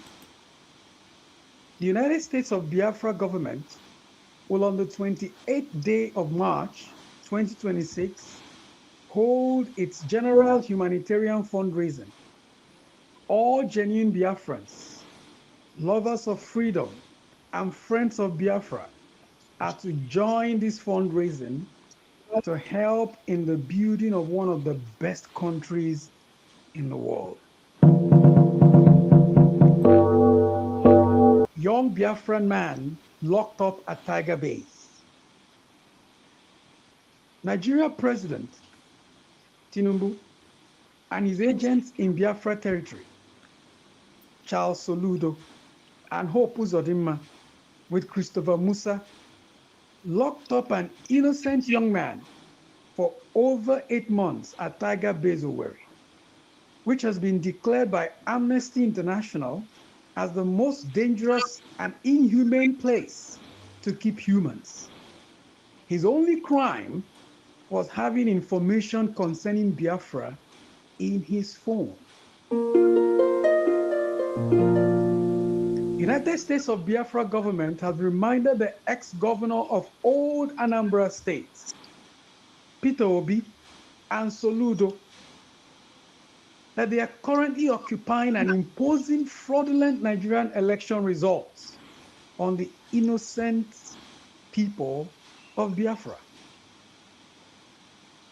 The United States of Biafra government, Deputy Prime Minister, Dr. Orabueze, has reminded them that Biafra people have long ago rejected the Nigerian terrorist state. And so no election conducted by Nigeria makes any sense or is valid in Biafran territory.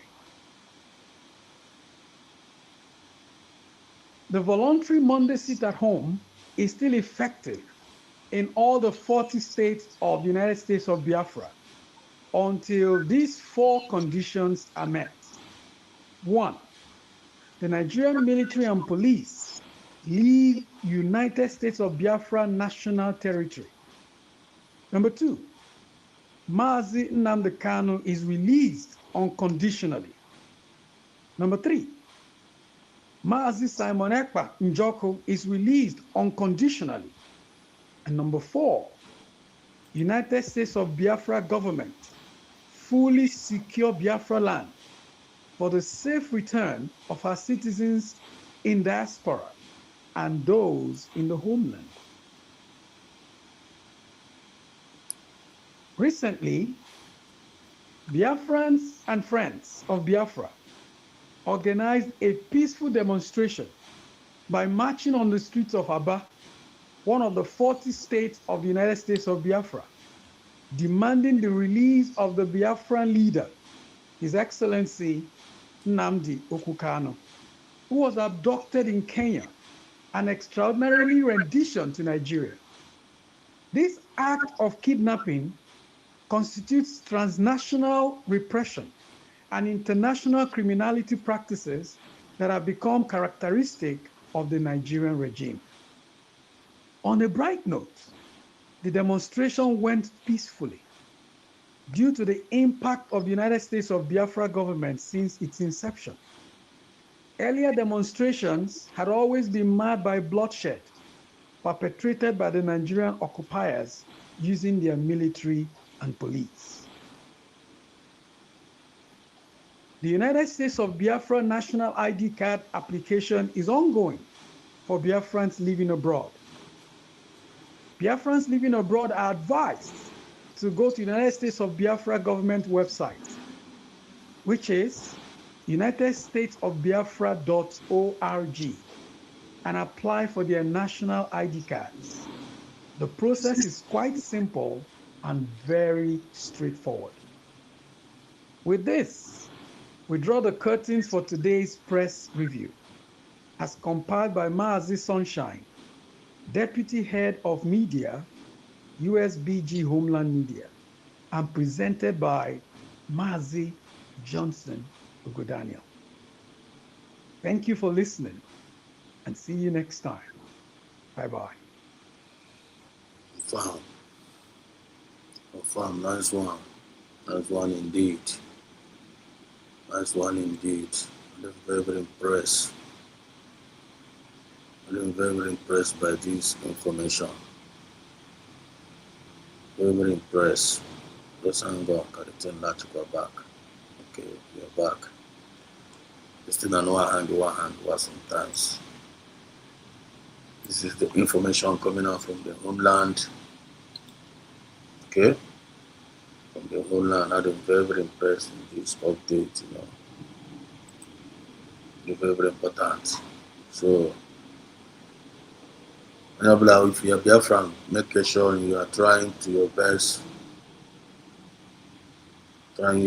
to connect to what the USB government is doing. Make sure you go to the ex-handle of our Deputy Prime Minister. That is very, very important. The idea gonna give away your information. Lord, give them a chance. Go there, take the information that you need. Take the information that you need, you know.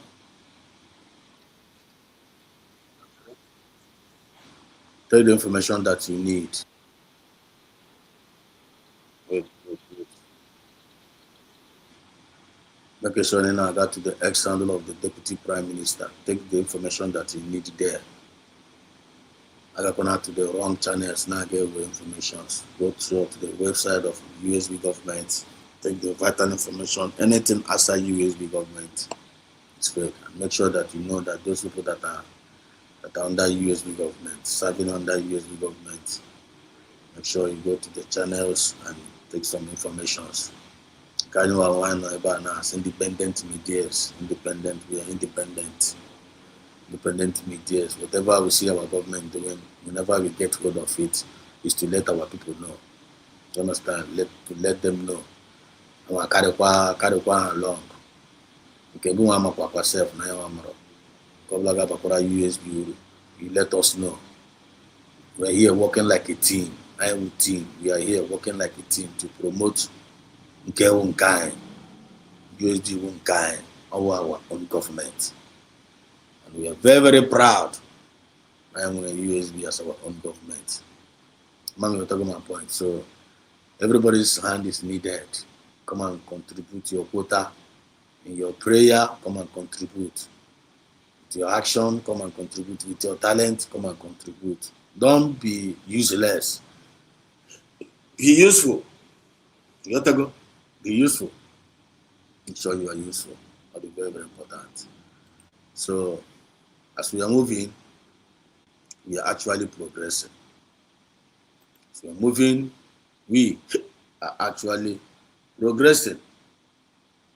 So don't get us twisted in everything that we are doing in regards to this particular movement. Today we are fundraising, very soon again.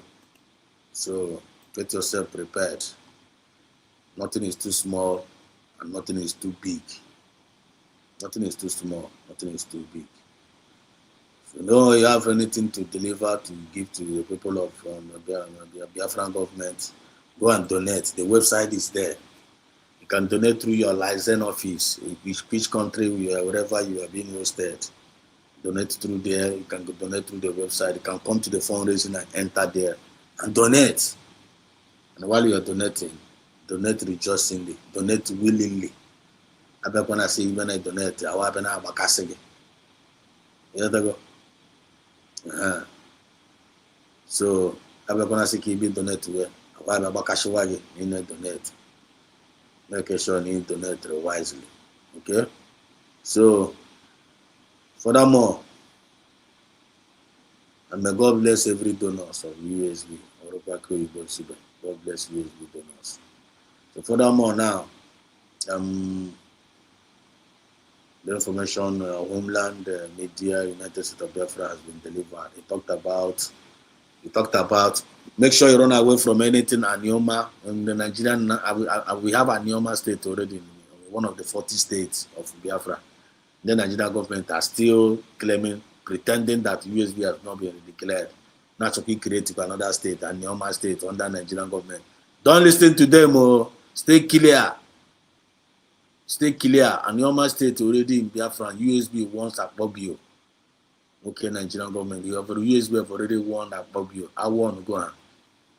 I tell you for him and how mediocres, animalistic characters in your hands. They know they hear word. Oruka fellas with animal kingdom. They know they hear word. But I be asking a hand or a you reach out by the name territorial integrity. Common sense in moral. You got a combination at the go to declare we have met every standard and a nation. You cannot acquire now. I cannot acquire one at Biafra land. I don't know what they are looking for there.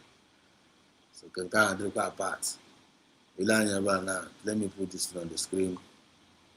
Our deputy prime minister also posted. Chidinma Goife asked any claim their signature was the original document before you listen. So let us see what is going on here. I want us to listen together to this. This is what is going on here. Information is power. We're just going through some few, you know, some few updates. Now on board now. So this is what is going on here.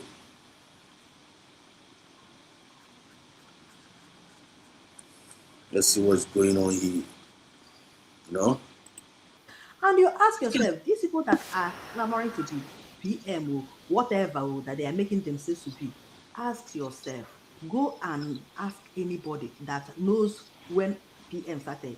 Their signature is not to be found in any of the documents that they claim to be these regions.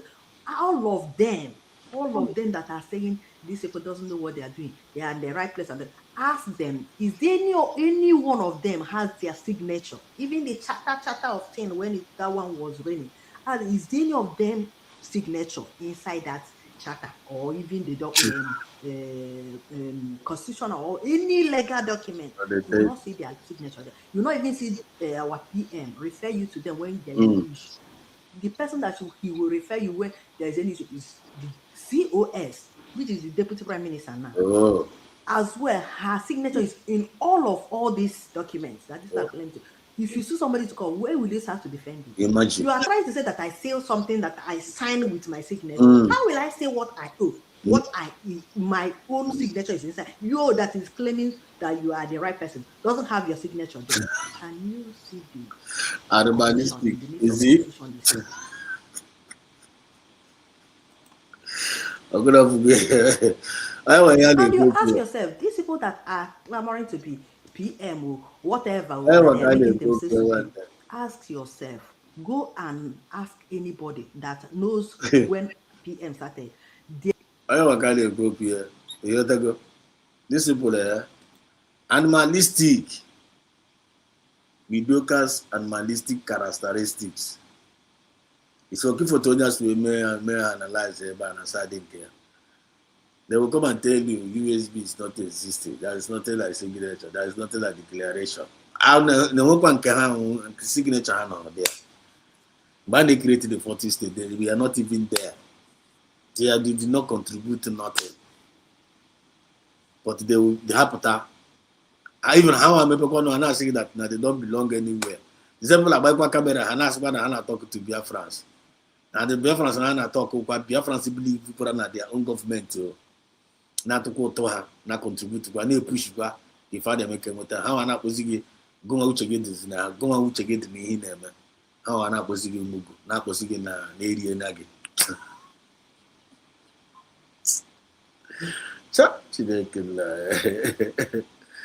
Yeah, they tell you. They were my brother, Baptist, Chukwugoziegi. Yeah? Ask what the myself, I purpose what was it going? Now go out, check it now, go on, you have already defined what you want. You have already defined what you want. You want to be Biafra. You want to be Biafra. Some of them say, "Yeah, because Biafra here na-achọ." And how much here with the meaning of Biafra for Hanacho? How much the meaning of Biafra? They don't even. I'm asking now when I stand for Biafra. I don't stand with anybody. I stand for Biafra. I don't stand with USB, but you stand for Biafra.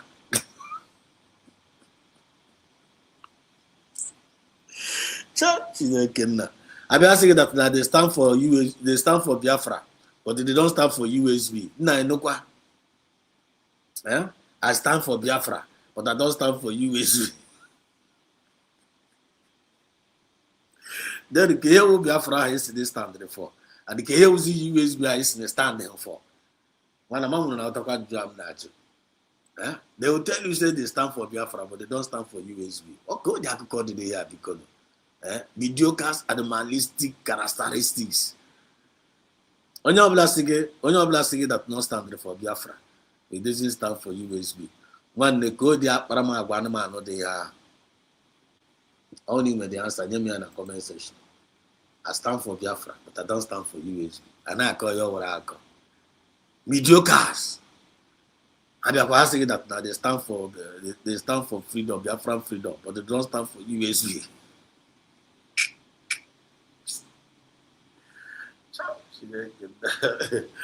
But let's move on. Let's move on. Let's just move on.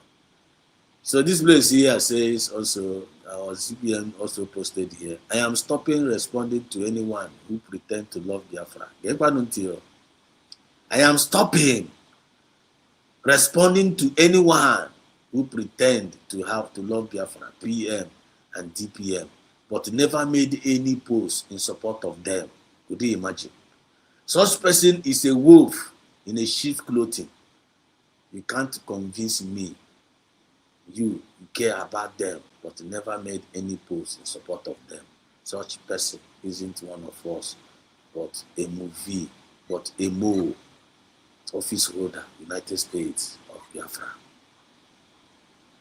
Office holder. Mazi Samunekpa is our Prime Minister, and he, the High Excellency Dr. Ngozi Arabeze. High Excellency Dr. Ngozi Arabeze is our Deputy Prime Minister. As they play, they show. As they play, they show. They will come and tell you they love Mazi Nnamdi Kanu. They will come and tell you they love Mazi Samunekpa. And they will come and tell you they don't love Dr. Ngozi Arabeze. What kind of animalistic characteristic is that? When you behave like that, when you are an animal or the present, you need to find them. I love Biafra. I don't love USBG. Go there, the United States of Biafran government. It's in a joint here.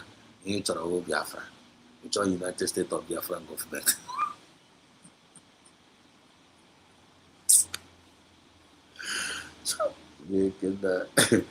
I'm here today with my brother. I'm telling you. Now, let's continue to read the tweets. You understand? That's the only for no plan. I'm going to now. When no plan, I say now. No love, no love, PM, no love, all of Dr. Mozart. We love man, but you know they make any posts about them. You know they talk about them. You are not defending them. You are not supporting them. Go the love for them. Very, very simple question. You need to answer that question. Only if you fall into that category, you must answer that question. Remember now, Biafran Giant Hall, our DPM also reposted it. He said, Igbo people in Finland that visited, celebrated the birthday of PM with him in the prison, I read. Igbo people in Finland that visited and celebrated the birthday of PM with him in the prison. I read. PM Samunepa specifically greeted his COS. That's PM Samunepa specifically greeted his COS, DPM, Tatongozo Arabese. He told the Igbos and all the Biafrans to give their support to Tatongozo Arabese on what she is doing. Nke a na-agbakwa ndị nke a na nke ndị CRC ya na-ala ike nọ. Nke a na-awụ nke ndị oge nkiri grup na ala ike dị ụdị nke a na-enye ha ụdị yuzu a na-enye ha BP. Pụta abịa nwaanyị abịa nke a na-akpọ abịa nke ife a na-akpọ Orugwa River Goddess yosi n'ọwa amụ biara na ụrọzi amụ biara ọsọ amụ biara. Orugwa Baba yosi that the DPM don't want to see COS again in his life. Could you imagine? Could you imagine that kind of propaganda? That PM don't want to see DPM again in her life. He cannot. He have rejected her. He have disowned her. Somebody now call that kind of thing on the internet, live program. Maybe they register that kind of thing in one of his archive. You know, call the animalistic characteristics in the yarn. I got one in pussy, I got one in okay, I got one in better. You know, got a to the Asia, you know, just go no name with Ruby Biafra. Now, can you know ala that a whole PM I'm no one to swing so before you and then there before I name arrest. I want to when we record no problem with the COS. On a COS is South Korea, North Korea, Uzi Digasanga as a COS, your guardian, Sikapa will take a good report. During our cabinet meeting, we never talk against Dr. Mo. We need to call Coronel Lucia. But I know on the internet.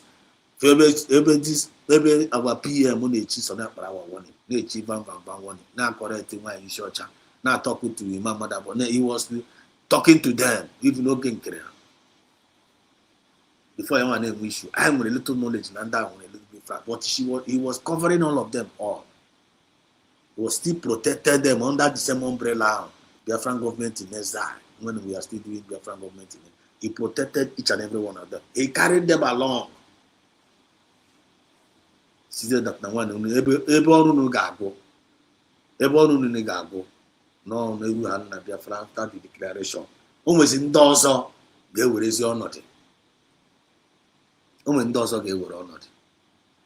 And in dozo, now on the upper Habagote, in the professions, in the hotel Fabagona government now, government talk to government. They're going to represent is an international level. They're going to try on them man within day. They will experience with their profession. And unua go not through local una baliana. Can also take it over. I want here we see where now. I want here we see where her had to turn against USB. Now my had to hate to say United States of Biafran government. Are you getting my point now? I want to hear you wear Bamba. I want to hear you wear Genker. I want to hear you wear wine with shorter. Yeah, hear you wear. Why? AUSA, RGUSA, and how I got resigned. Now, as a way below this movement, I got half, raw matter and half for. So, why I need a professional and I want to toil something and bother like that. You know, that their position still remain their position. Logan can put you on a position there. He didn't want to give it up. And I have they didn't want to give us so that some of them they don't want to give it up. I said that everyone can we continue with the Abraham or before.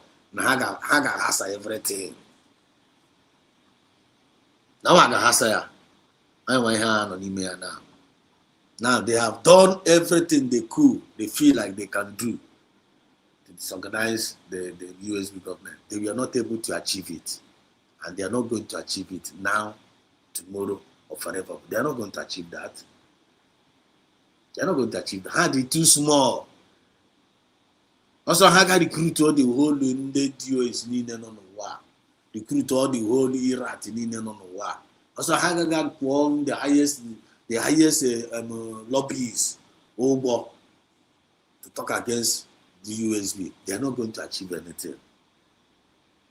USB will more carry more. USB with the kingdom of God here on earth. Chineke na tụrụ ya down. Onye kere eluigwe n'ụwa tụrụ ya down. Who are you? Who are you, monkey? Who are you? Monkey animalistic characteristics as a monkey. You feel that you can bring down USB. Onye ka ewu. Ịchọrọ iji agba monkey gị as a human being which is what ka ị na-ebehave ka monkey. Were monkey spirit wee bata na movement a feel na with your monkey spirit ịma otu monkey si emenụ na nwere ihe monkey ka ihe monkey ka eji mara monkey n'ime ọhịa ka eji mara monkey n'ime ọhịa. Monkey ọkwa na jump harry from one tree to another. We see na tree nke ọ jump. Okay, mana onwe some of them na-eme. They jump from some of these people on a movement. Are you not seeing the monkey spirit in them? Ana no fuebe. Monkey ana no fuebe n'ime ọhịa. Monkey, if you go monkey born no fuebe n'ime ọhịa. When you see from this tree to another tree, from without to jump harry.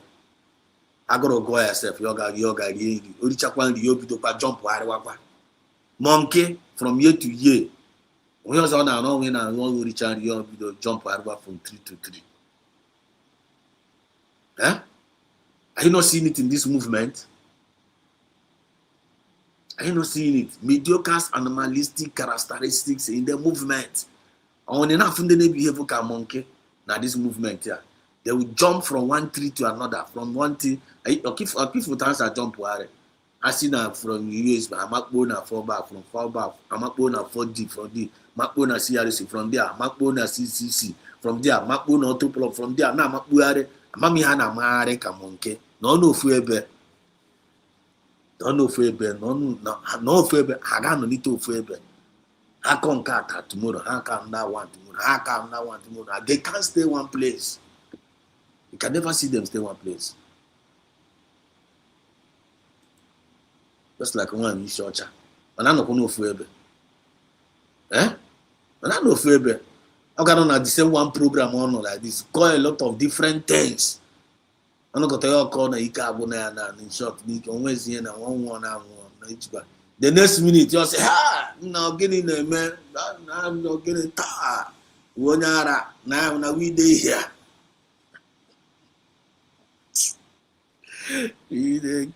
Monkey spirit. They know they stay one place. Mediocres.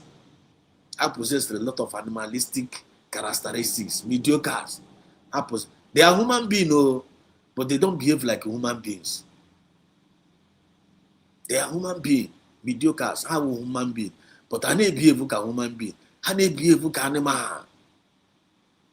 I need behave like okay, pussy, bere. Otago. Oh, but the same human being na for animal na we call human being like umif. If I need behave like animal, but how human being? If one like this, if again lele mad, you know to a mad woman no nya mad. Ona gije you hire mad for real. But to check is their characteristics, check their character. If na character human being, it's not a character of a human being. Some of them human being, they behave okay. When you watch their character, okay, even okay can myself. Okay, no way kahama. Like you tell no okay, chineke na okay, ya okay. Ya na behave okay. Okay, na behave kamad. Even though now we come no okay na behave kamad, on a dire. Maybe you're going there before get discovered that's nothing is impossible. But normally, okay. If you are like this, if you have money here, okay. You're not movement here. You man have movement, you not fear.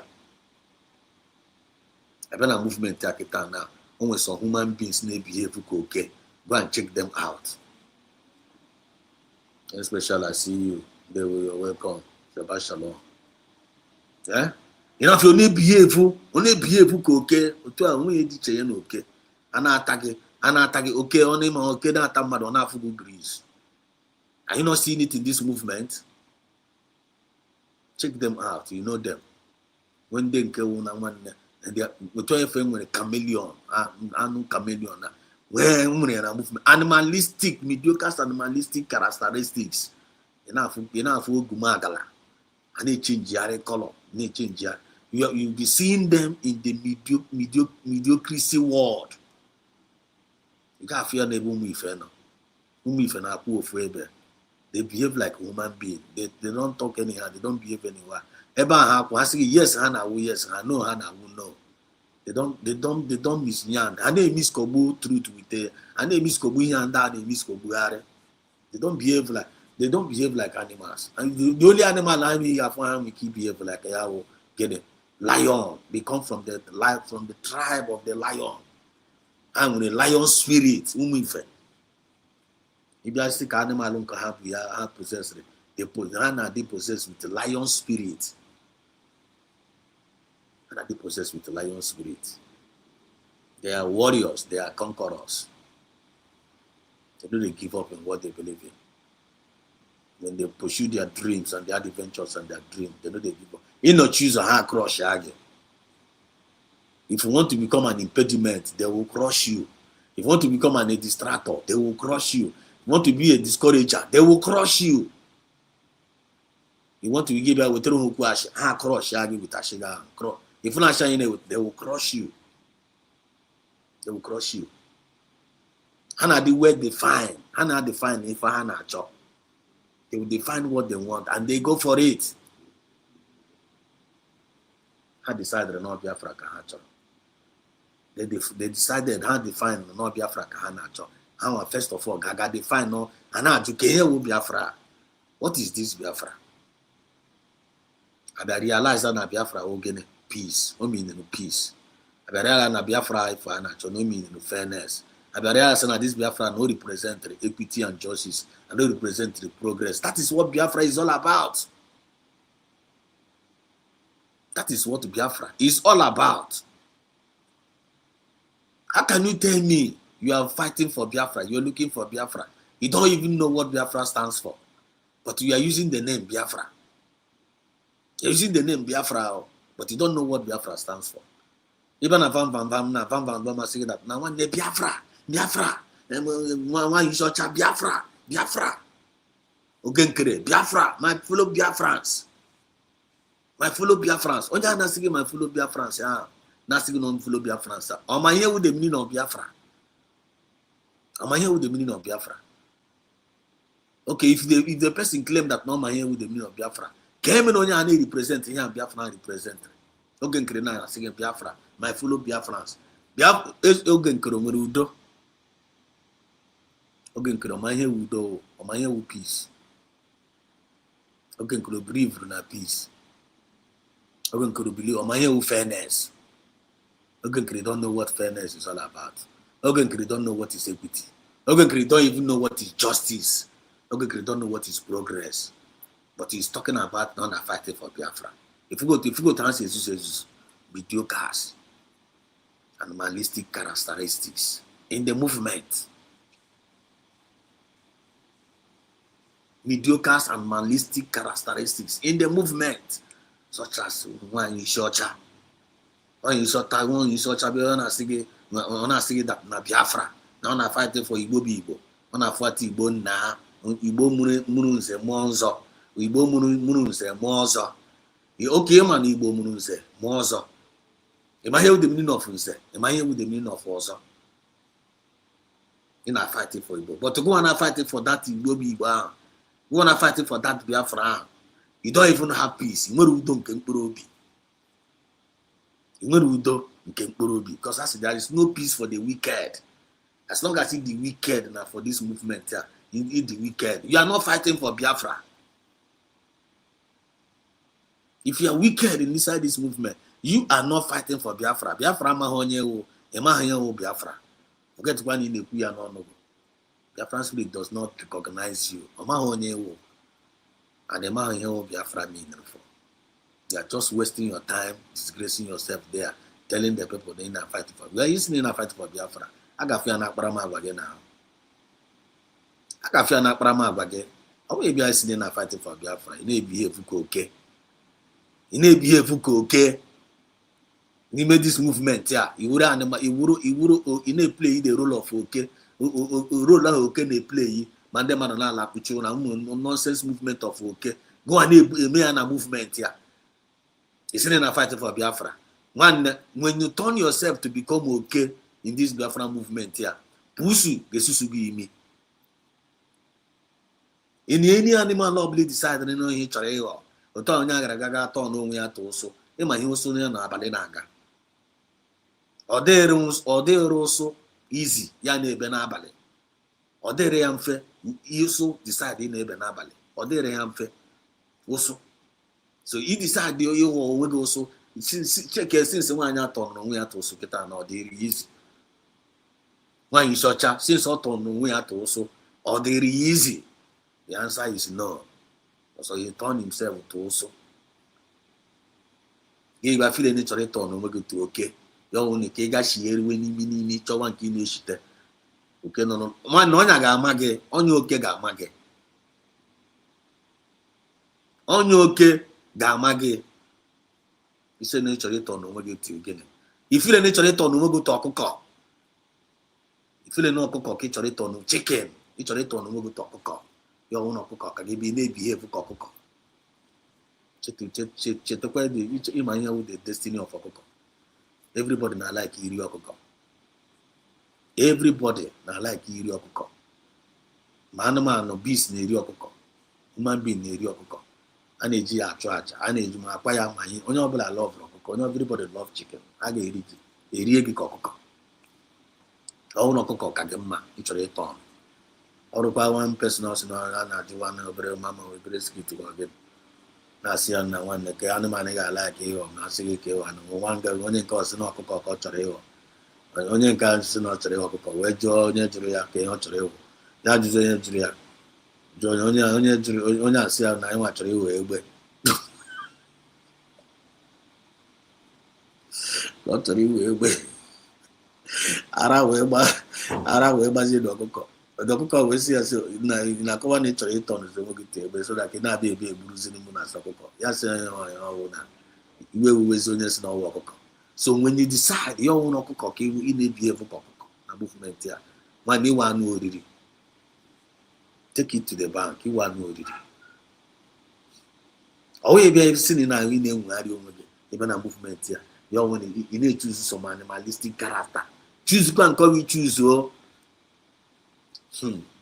onwe ndị tọnụrụ onwe ha to green strike to green grass na this movement ya they are human beings so but ha na-ebihave ka green snake in green grass ha bịa lie ya low mentor no the same color with you ị ga-ama na ha dị dangerous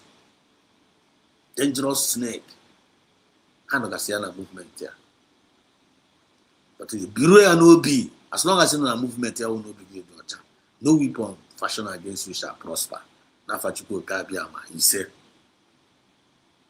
as long as you onye na-check conscience all the time because they nwere anya na-ene n'obi abịa alabala egwu ịhụ n'obi gị dị ọcha nwanyị onwe onye iji ụgwọ as long as you na movement a abịa na-abịa ebihave ka oke ị na-abịa ebihave ka ọkụkọ ị na-abịa ebihave ka chameleon na-abịa ebihave to all these deadly nasty animals. Oh God. The woman, my sister. I said here, I'm special saying the woman, brother, tell me jokers in case they pretend not to know how much no peace for them. I'm telling you, as long as you want no peace, you no begin a movement here. Biafra, you are not representing Biafra. Because Biafra stands for peace. Biafra stands for peace. Take it up, take it down. That is what Biafra stands for. You know, Biafra. What you're saying, peace. Whenever you are hearing, you are shouting, longing for Biafra, you are longing for peace.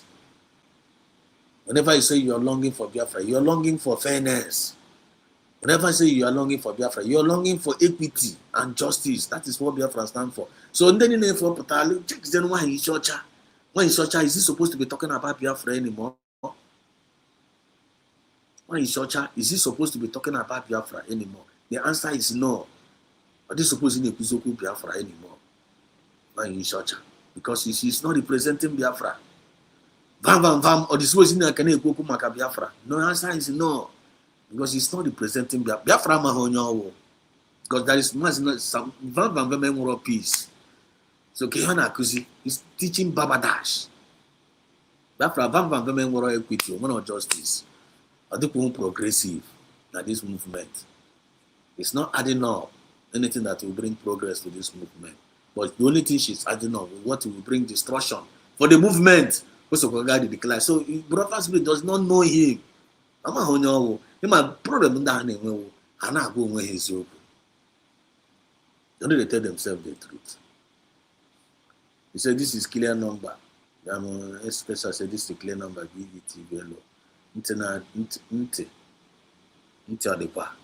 If you are wicked, you can't fight for Biafra. I'm telling you, because you have no peace, period.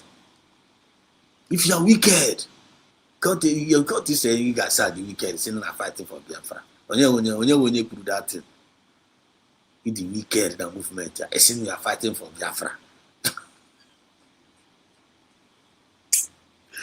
Somebody the wicked. He's saying I'm fighting for Biafra. Biafra will represent the wickedness. Biafra is not fighting for. Does he represent wickedness? Biafra will peace to the world, fairness to the world, equity to the world, justice to the world, and progress to the world. The same thing are fighting for Biafra. But he the wicked. The back is where tap off for there. He was Botonyara. He was to confirm with Botonyara. He will have to their car. He negotiated the wicked. But the same thing are fighting. Kaim would take away. Kaim would take if I would take bag out on here. Bag is about thought on herself when they get confirm on him. It's never ever be we are here checkmating everybody. Checkmate us, we go checkmate you.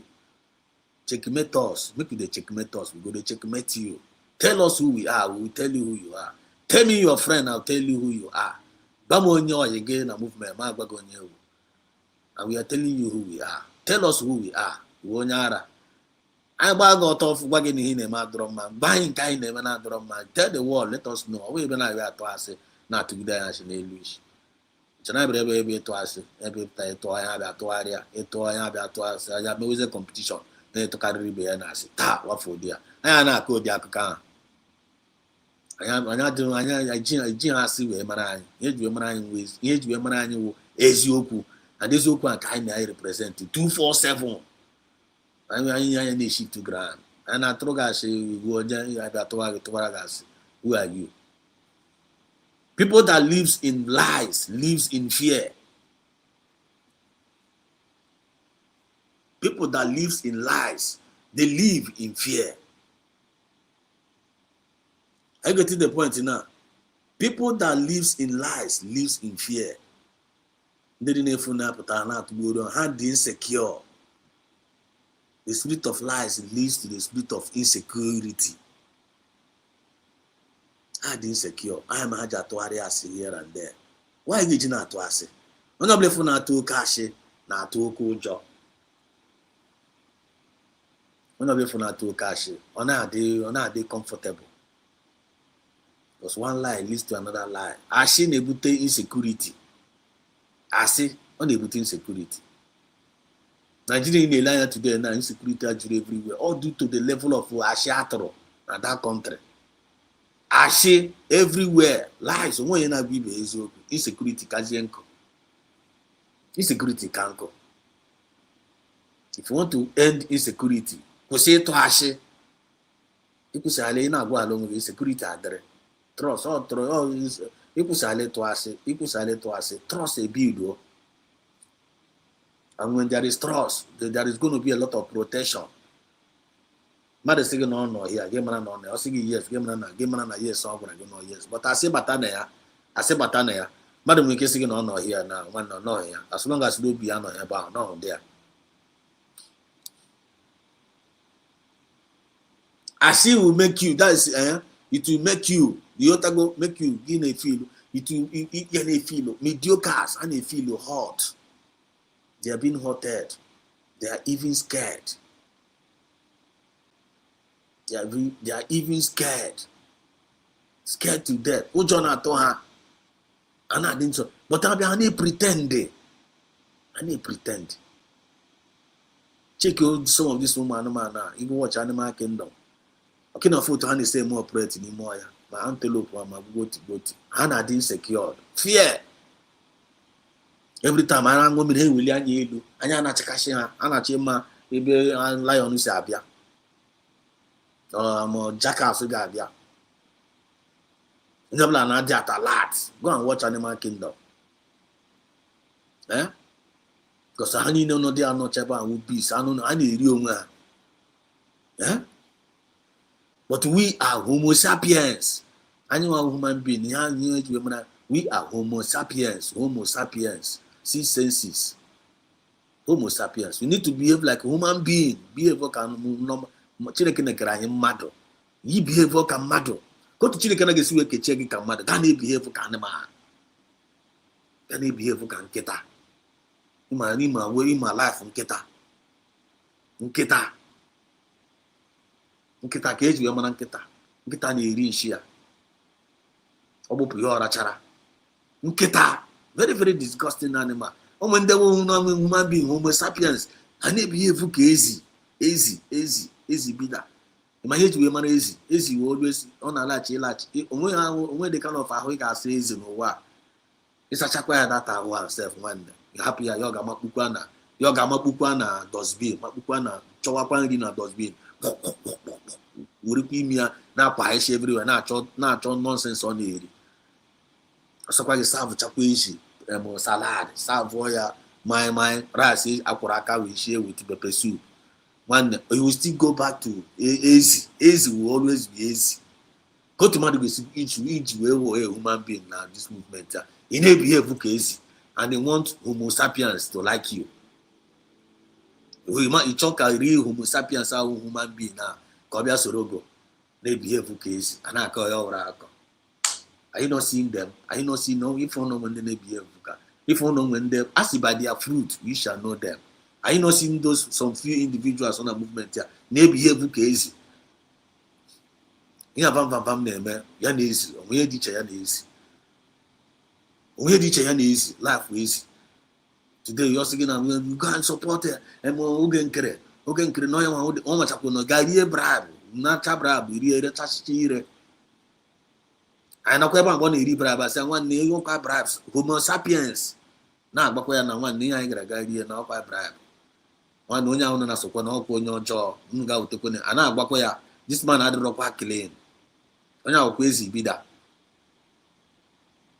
That's in the matter of man to go and follow the easy. Go not support the easy. At the end of the day, the same person now, he still left the person, he still went back.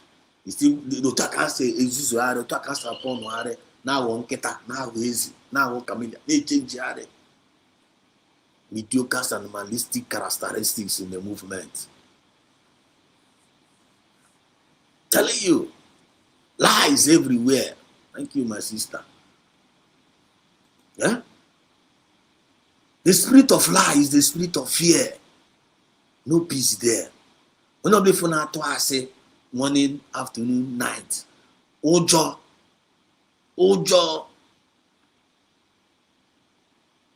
Because number one, I didn't make confidence. They know they get confidence. I didn't make confidence. I see a guilty conscience fears no accusation. And I'm going to throw go for. I'm gonna check a mass na Carlo. And then when you're the spirit of lion. And the spirit of lion in them. When you're go and check him out. Only man, no, all lion on the air. Mazinani Kalu, go and check Mazinani Kalu out now. The people don't say Rua. We had each other lion. Mazinani. When you look at Mazinani Kalo, if you are you not seeing lion spirit in every one? But when one vam talk, spirit enough never vam, for example. When Ogan can talk, spirit enough never Ogan Krena. Or enough for lion and never Ogan Krena. On a claim, or if photos they pretend. Actually, on a mean late. But he can man, he didn't day, He didn't day. Or not there, or not there. You can't pretend over it. I need pretend, real pretend. Originality. If you are not lion, you are not lion. Our leader is a lion. Disciples say, I need to put yourself now. I possess the same spirit a man can possess. They may not be like Masna the Carlo, like you know, at least you can have the same tongue, you can have the science and that they believe in Masna. You can have the characteristics, you can have fear in them. That lion spirit, you can have fire in them.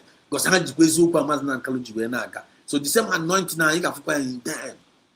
Just like Elijah and Elisha. I hope you are getting the point, but I thank God you're getting the point. So we make the choice as you as a homo sapiens. Homo sapiens.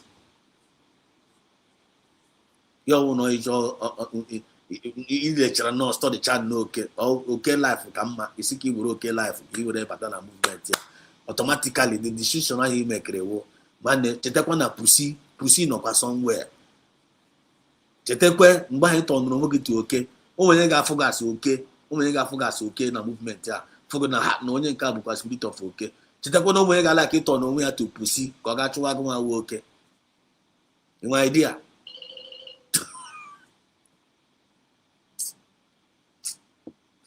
ndị mmadụ disposing out this thing of love. Why disposing out this revelation? The spirit of life is also a spirit of destruction, a wicked spirit, a spirit of deception, spirit of all negativity. 100% preach along, my sister. Preach. You're a minister. Telling you, you must understand. You are well informed. Mgbe anyị gara aga sị na ị gara aga tọọ n'onwe gị to oke ya ọnwụ n'oke ka gị mma ịnọkọtara nnọọ ya ọnwụ na ị chọrọ ime na movement a to turn yourself to oke all those dangerous animals. Chetakwa ụmụ ị ga-atọ n'okwe onwe ya to pusi chụwa agụ nwa nwoke because onwe na onwe pusi na like oke a na like na nwanne ka ha na oke na-egodo ya cat and rat. Chetakwara akọ cat ichetara na akọ Tom and Jerry. Couldn't be aware of how Tom and Jerry, right? All the make in real life. Animal nobly tongue, only animal knows on our market. Animal nobla, it's okay for to one you short, one you so charge you put. Okay for to humble lions at Chupagidea. Okay for to humble lions not Chupagide one you short. You're not connected to door to here.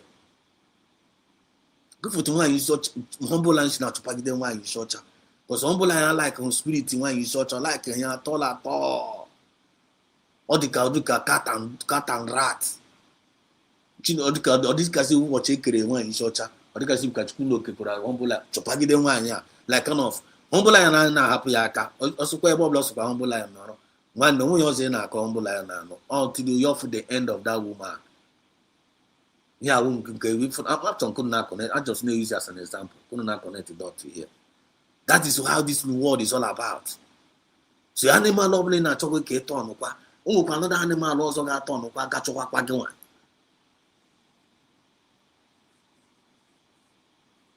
I'm telling you. Chicken are the children of light from the rising sun. The children of light from the rising sun. What goes into your mind? The children of light from the rising sun. When they check them out. In a full spirit of okay in them? I don't think so. The children of light from the rising sun. In a full spirit of okay in them? No. In a full spirit of chameleon in them? No. In a full spirit of pussycat in them? No. In a full spirit of snake, green snake in green grass in them? No. You can't see it in them. So saying you can phone with them, spirit of light. You can phone. You can get phone the spirit of Nduru. Spirit of Nduru, calmness. We can get for the spirit of ego. And then we spirit of ego in them. ego spirit. Watch together on Kaburugwana boy ego I. Some of us are not connected the dots. They got for them, get for ego spirit in them. They got for them lion spirit or tiger spirit or scorpion spirit. Abage about self nine, putting on him. You're gonna find them dragon spirit. Check them some nepa. If we are some nepa think you have dragon. You might have dragon. We only in nature, only built in. But you watch at the mediocre animalistic characters. We saw saying enough time them. Okay spirit, agbo spirit, chameleon spirit, nketa spirit, easy spirit, easy animal. Okay, enough. Are you not seeing it? It's a choice. So, if behave okay na movement, man, I got okay. I got tag okay. Man, if behave pussycat, man, I got pussycat. Give behave ka agwo eke ncha aga amage. Give behave ka oso akpọ oso ozugbo. So by their fruit you shall know them. Carrot probably fine for in a play in a movement. Time maka attack ya when give you na bar. So when you blazo when you talk, we know who you are. When you act, they will know who you are. But let's make a park here. Only chunk am on you. Ọka mmanụ gara aga zoo onwe gị you see na be disgrace onwe gị in internet. It cannot be behaving like a pussycat. You know, expect ka na-eme address as a lion. It cannot be behaving like okay na movement here. You know, expect ka na-eme address as a lion. Come on, get away you here. Who are you? You behave like a lion, akpọ agụ. You behave like okay, akpọ okay. So only like a lion spirit, when they behave like a lion. Only like the dragons behave like dragon. Man, there is no informer can me. You have a child dragon spirit, have a child lion spirit. You not get behave okay. Neshi had me, not mad police, not fear. Even I come on, get away here. I would take. You know, in a very, very big mess. Mediocres, animalistic characteristics in the movement. And they pretend they are. Pretending who you are not is not allowed in the USB. Don't pretend who you are not.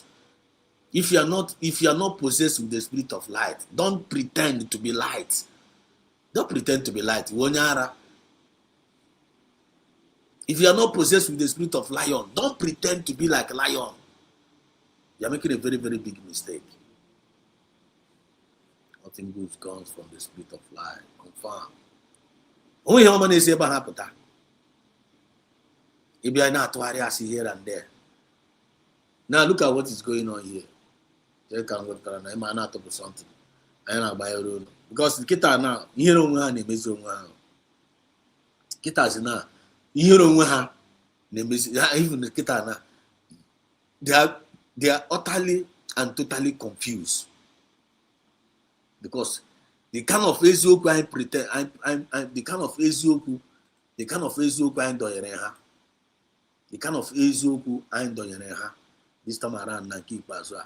They can't even breathe. They can't even breathe, man. The kind of Ezioku I doyereha na table. And when they can't, when bebe kage bido. You makuye Ezioku. You want to play with the truth? Continue to play now. The kind of Facebook I do in Hakita now. Because I know by Hana Fuso Hana Miro. The time when you search out, if they watch me as they speak now, he's watching. I will in my Aquaga Kagwagabena Agenda. Aquagabena Agenda. Otakan Dezoku Nesem. I will have Quag and then the Jagwagia so that he will did away and have my fin art.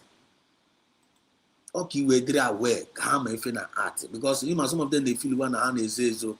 Some of them they feel like nah, you know, go fit discover them. Like kind of you don't understand what they are doing. I'm on you one. It's just that we decided not to follow you to be doing that thing you are doing. Yeah, in an art, actually art, I ain't got art here. But we made a choice.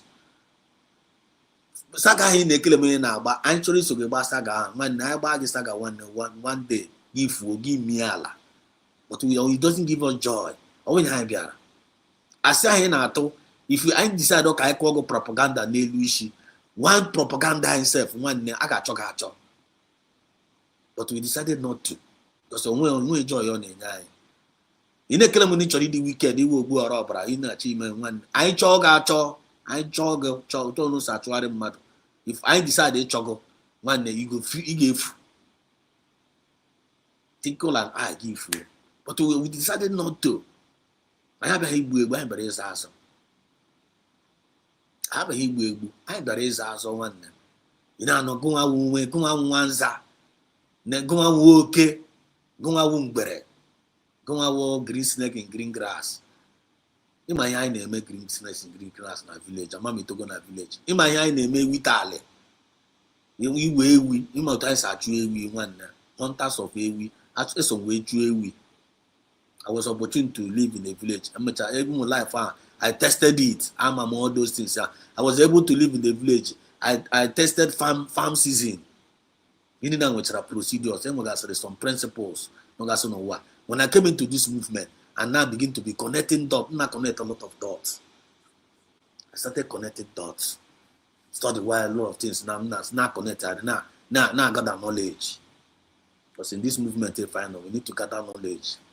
You need to know the history of the 5 minutes before. The role of her play gasre, they fuck up, and they mess up, and they kurezoku, and they trase, care which are their end, care which are their reward. You need to know all these things here. I will put again, and they begin to make Biafra, get my capita, and make I follow you, they do Biafra. Or if I join the same way, Biafra, it's going to keep behavior well. You guys want to keep behavior well, and I may behave when I know well. Made that Biafra, Rezo, made that Biafra. Eto chassis silly not to get not to get us. A sound backfire was on you. That was a claim was a victim. Ozonoma, as on any Mebu, the channel is smart. Well, then I am look at this storyline now. Look at this storyline. Does the propaganda? And any design trial. Can't I must say, yesterday I could wait to see any now. Go to now. Mgbe m mechara nnọọ ya ike were gwụsịa m gwe m n'ime ọkpụkpụ nke wụ na ana m asụ ude nke m ji wụrụ ibi na chechi adọkwa n'ize ụmụnne m the fundraising just be to allow just any person they are available. Just let me know. Martins all name Yatago. Or special, please alert me, okay? Special or Martins or any other person. Or fundraising a video for Allah. Let me know so that I can connect. Actually, I'm going to pay attention here because in the buying him and I know them. Oh, US national anthem. Thank God. Thank you, my brother. Let me connect now. Let me connect. On a dem matter, you don't believe funny, man. We are still going to come back to this particular program. We are still going to come back to this particular program.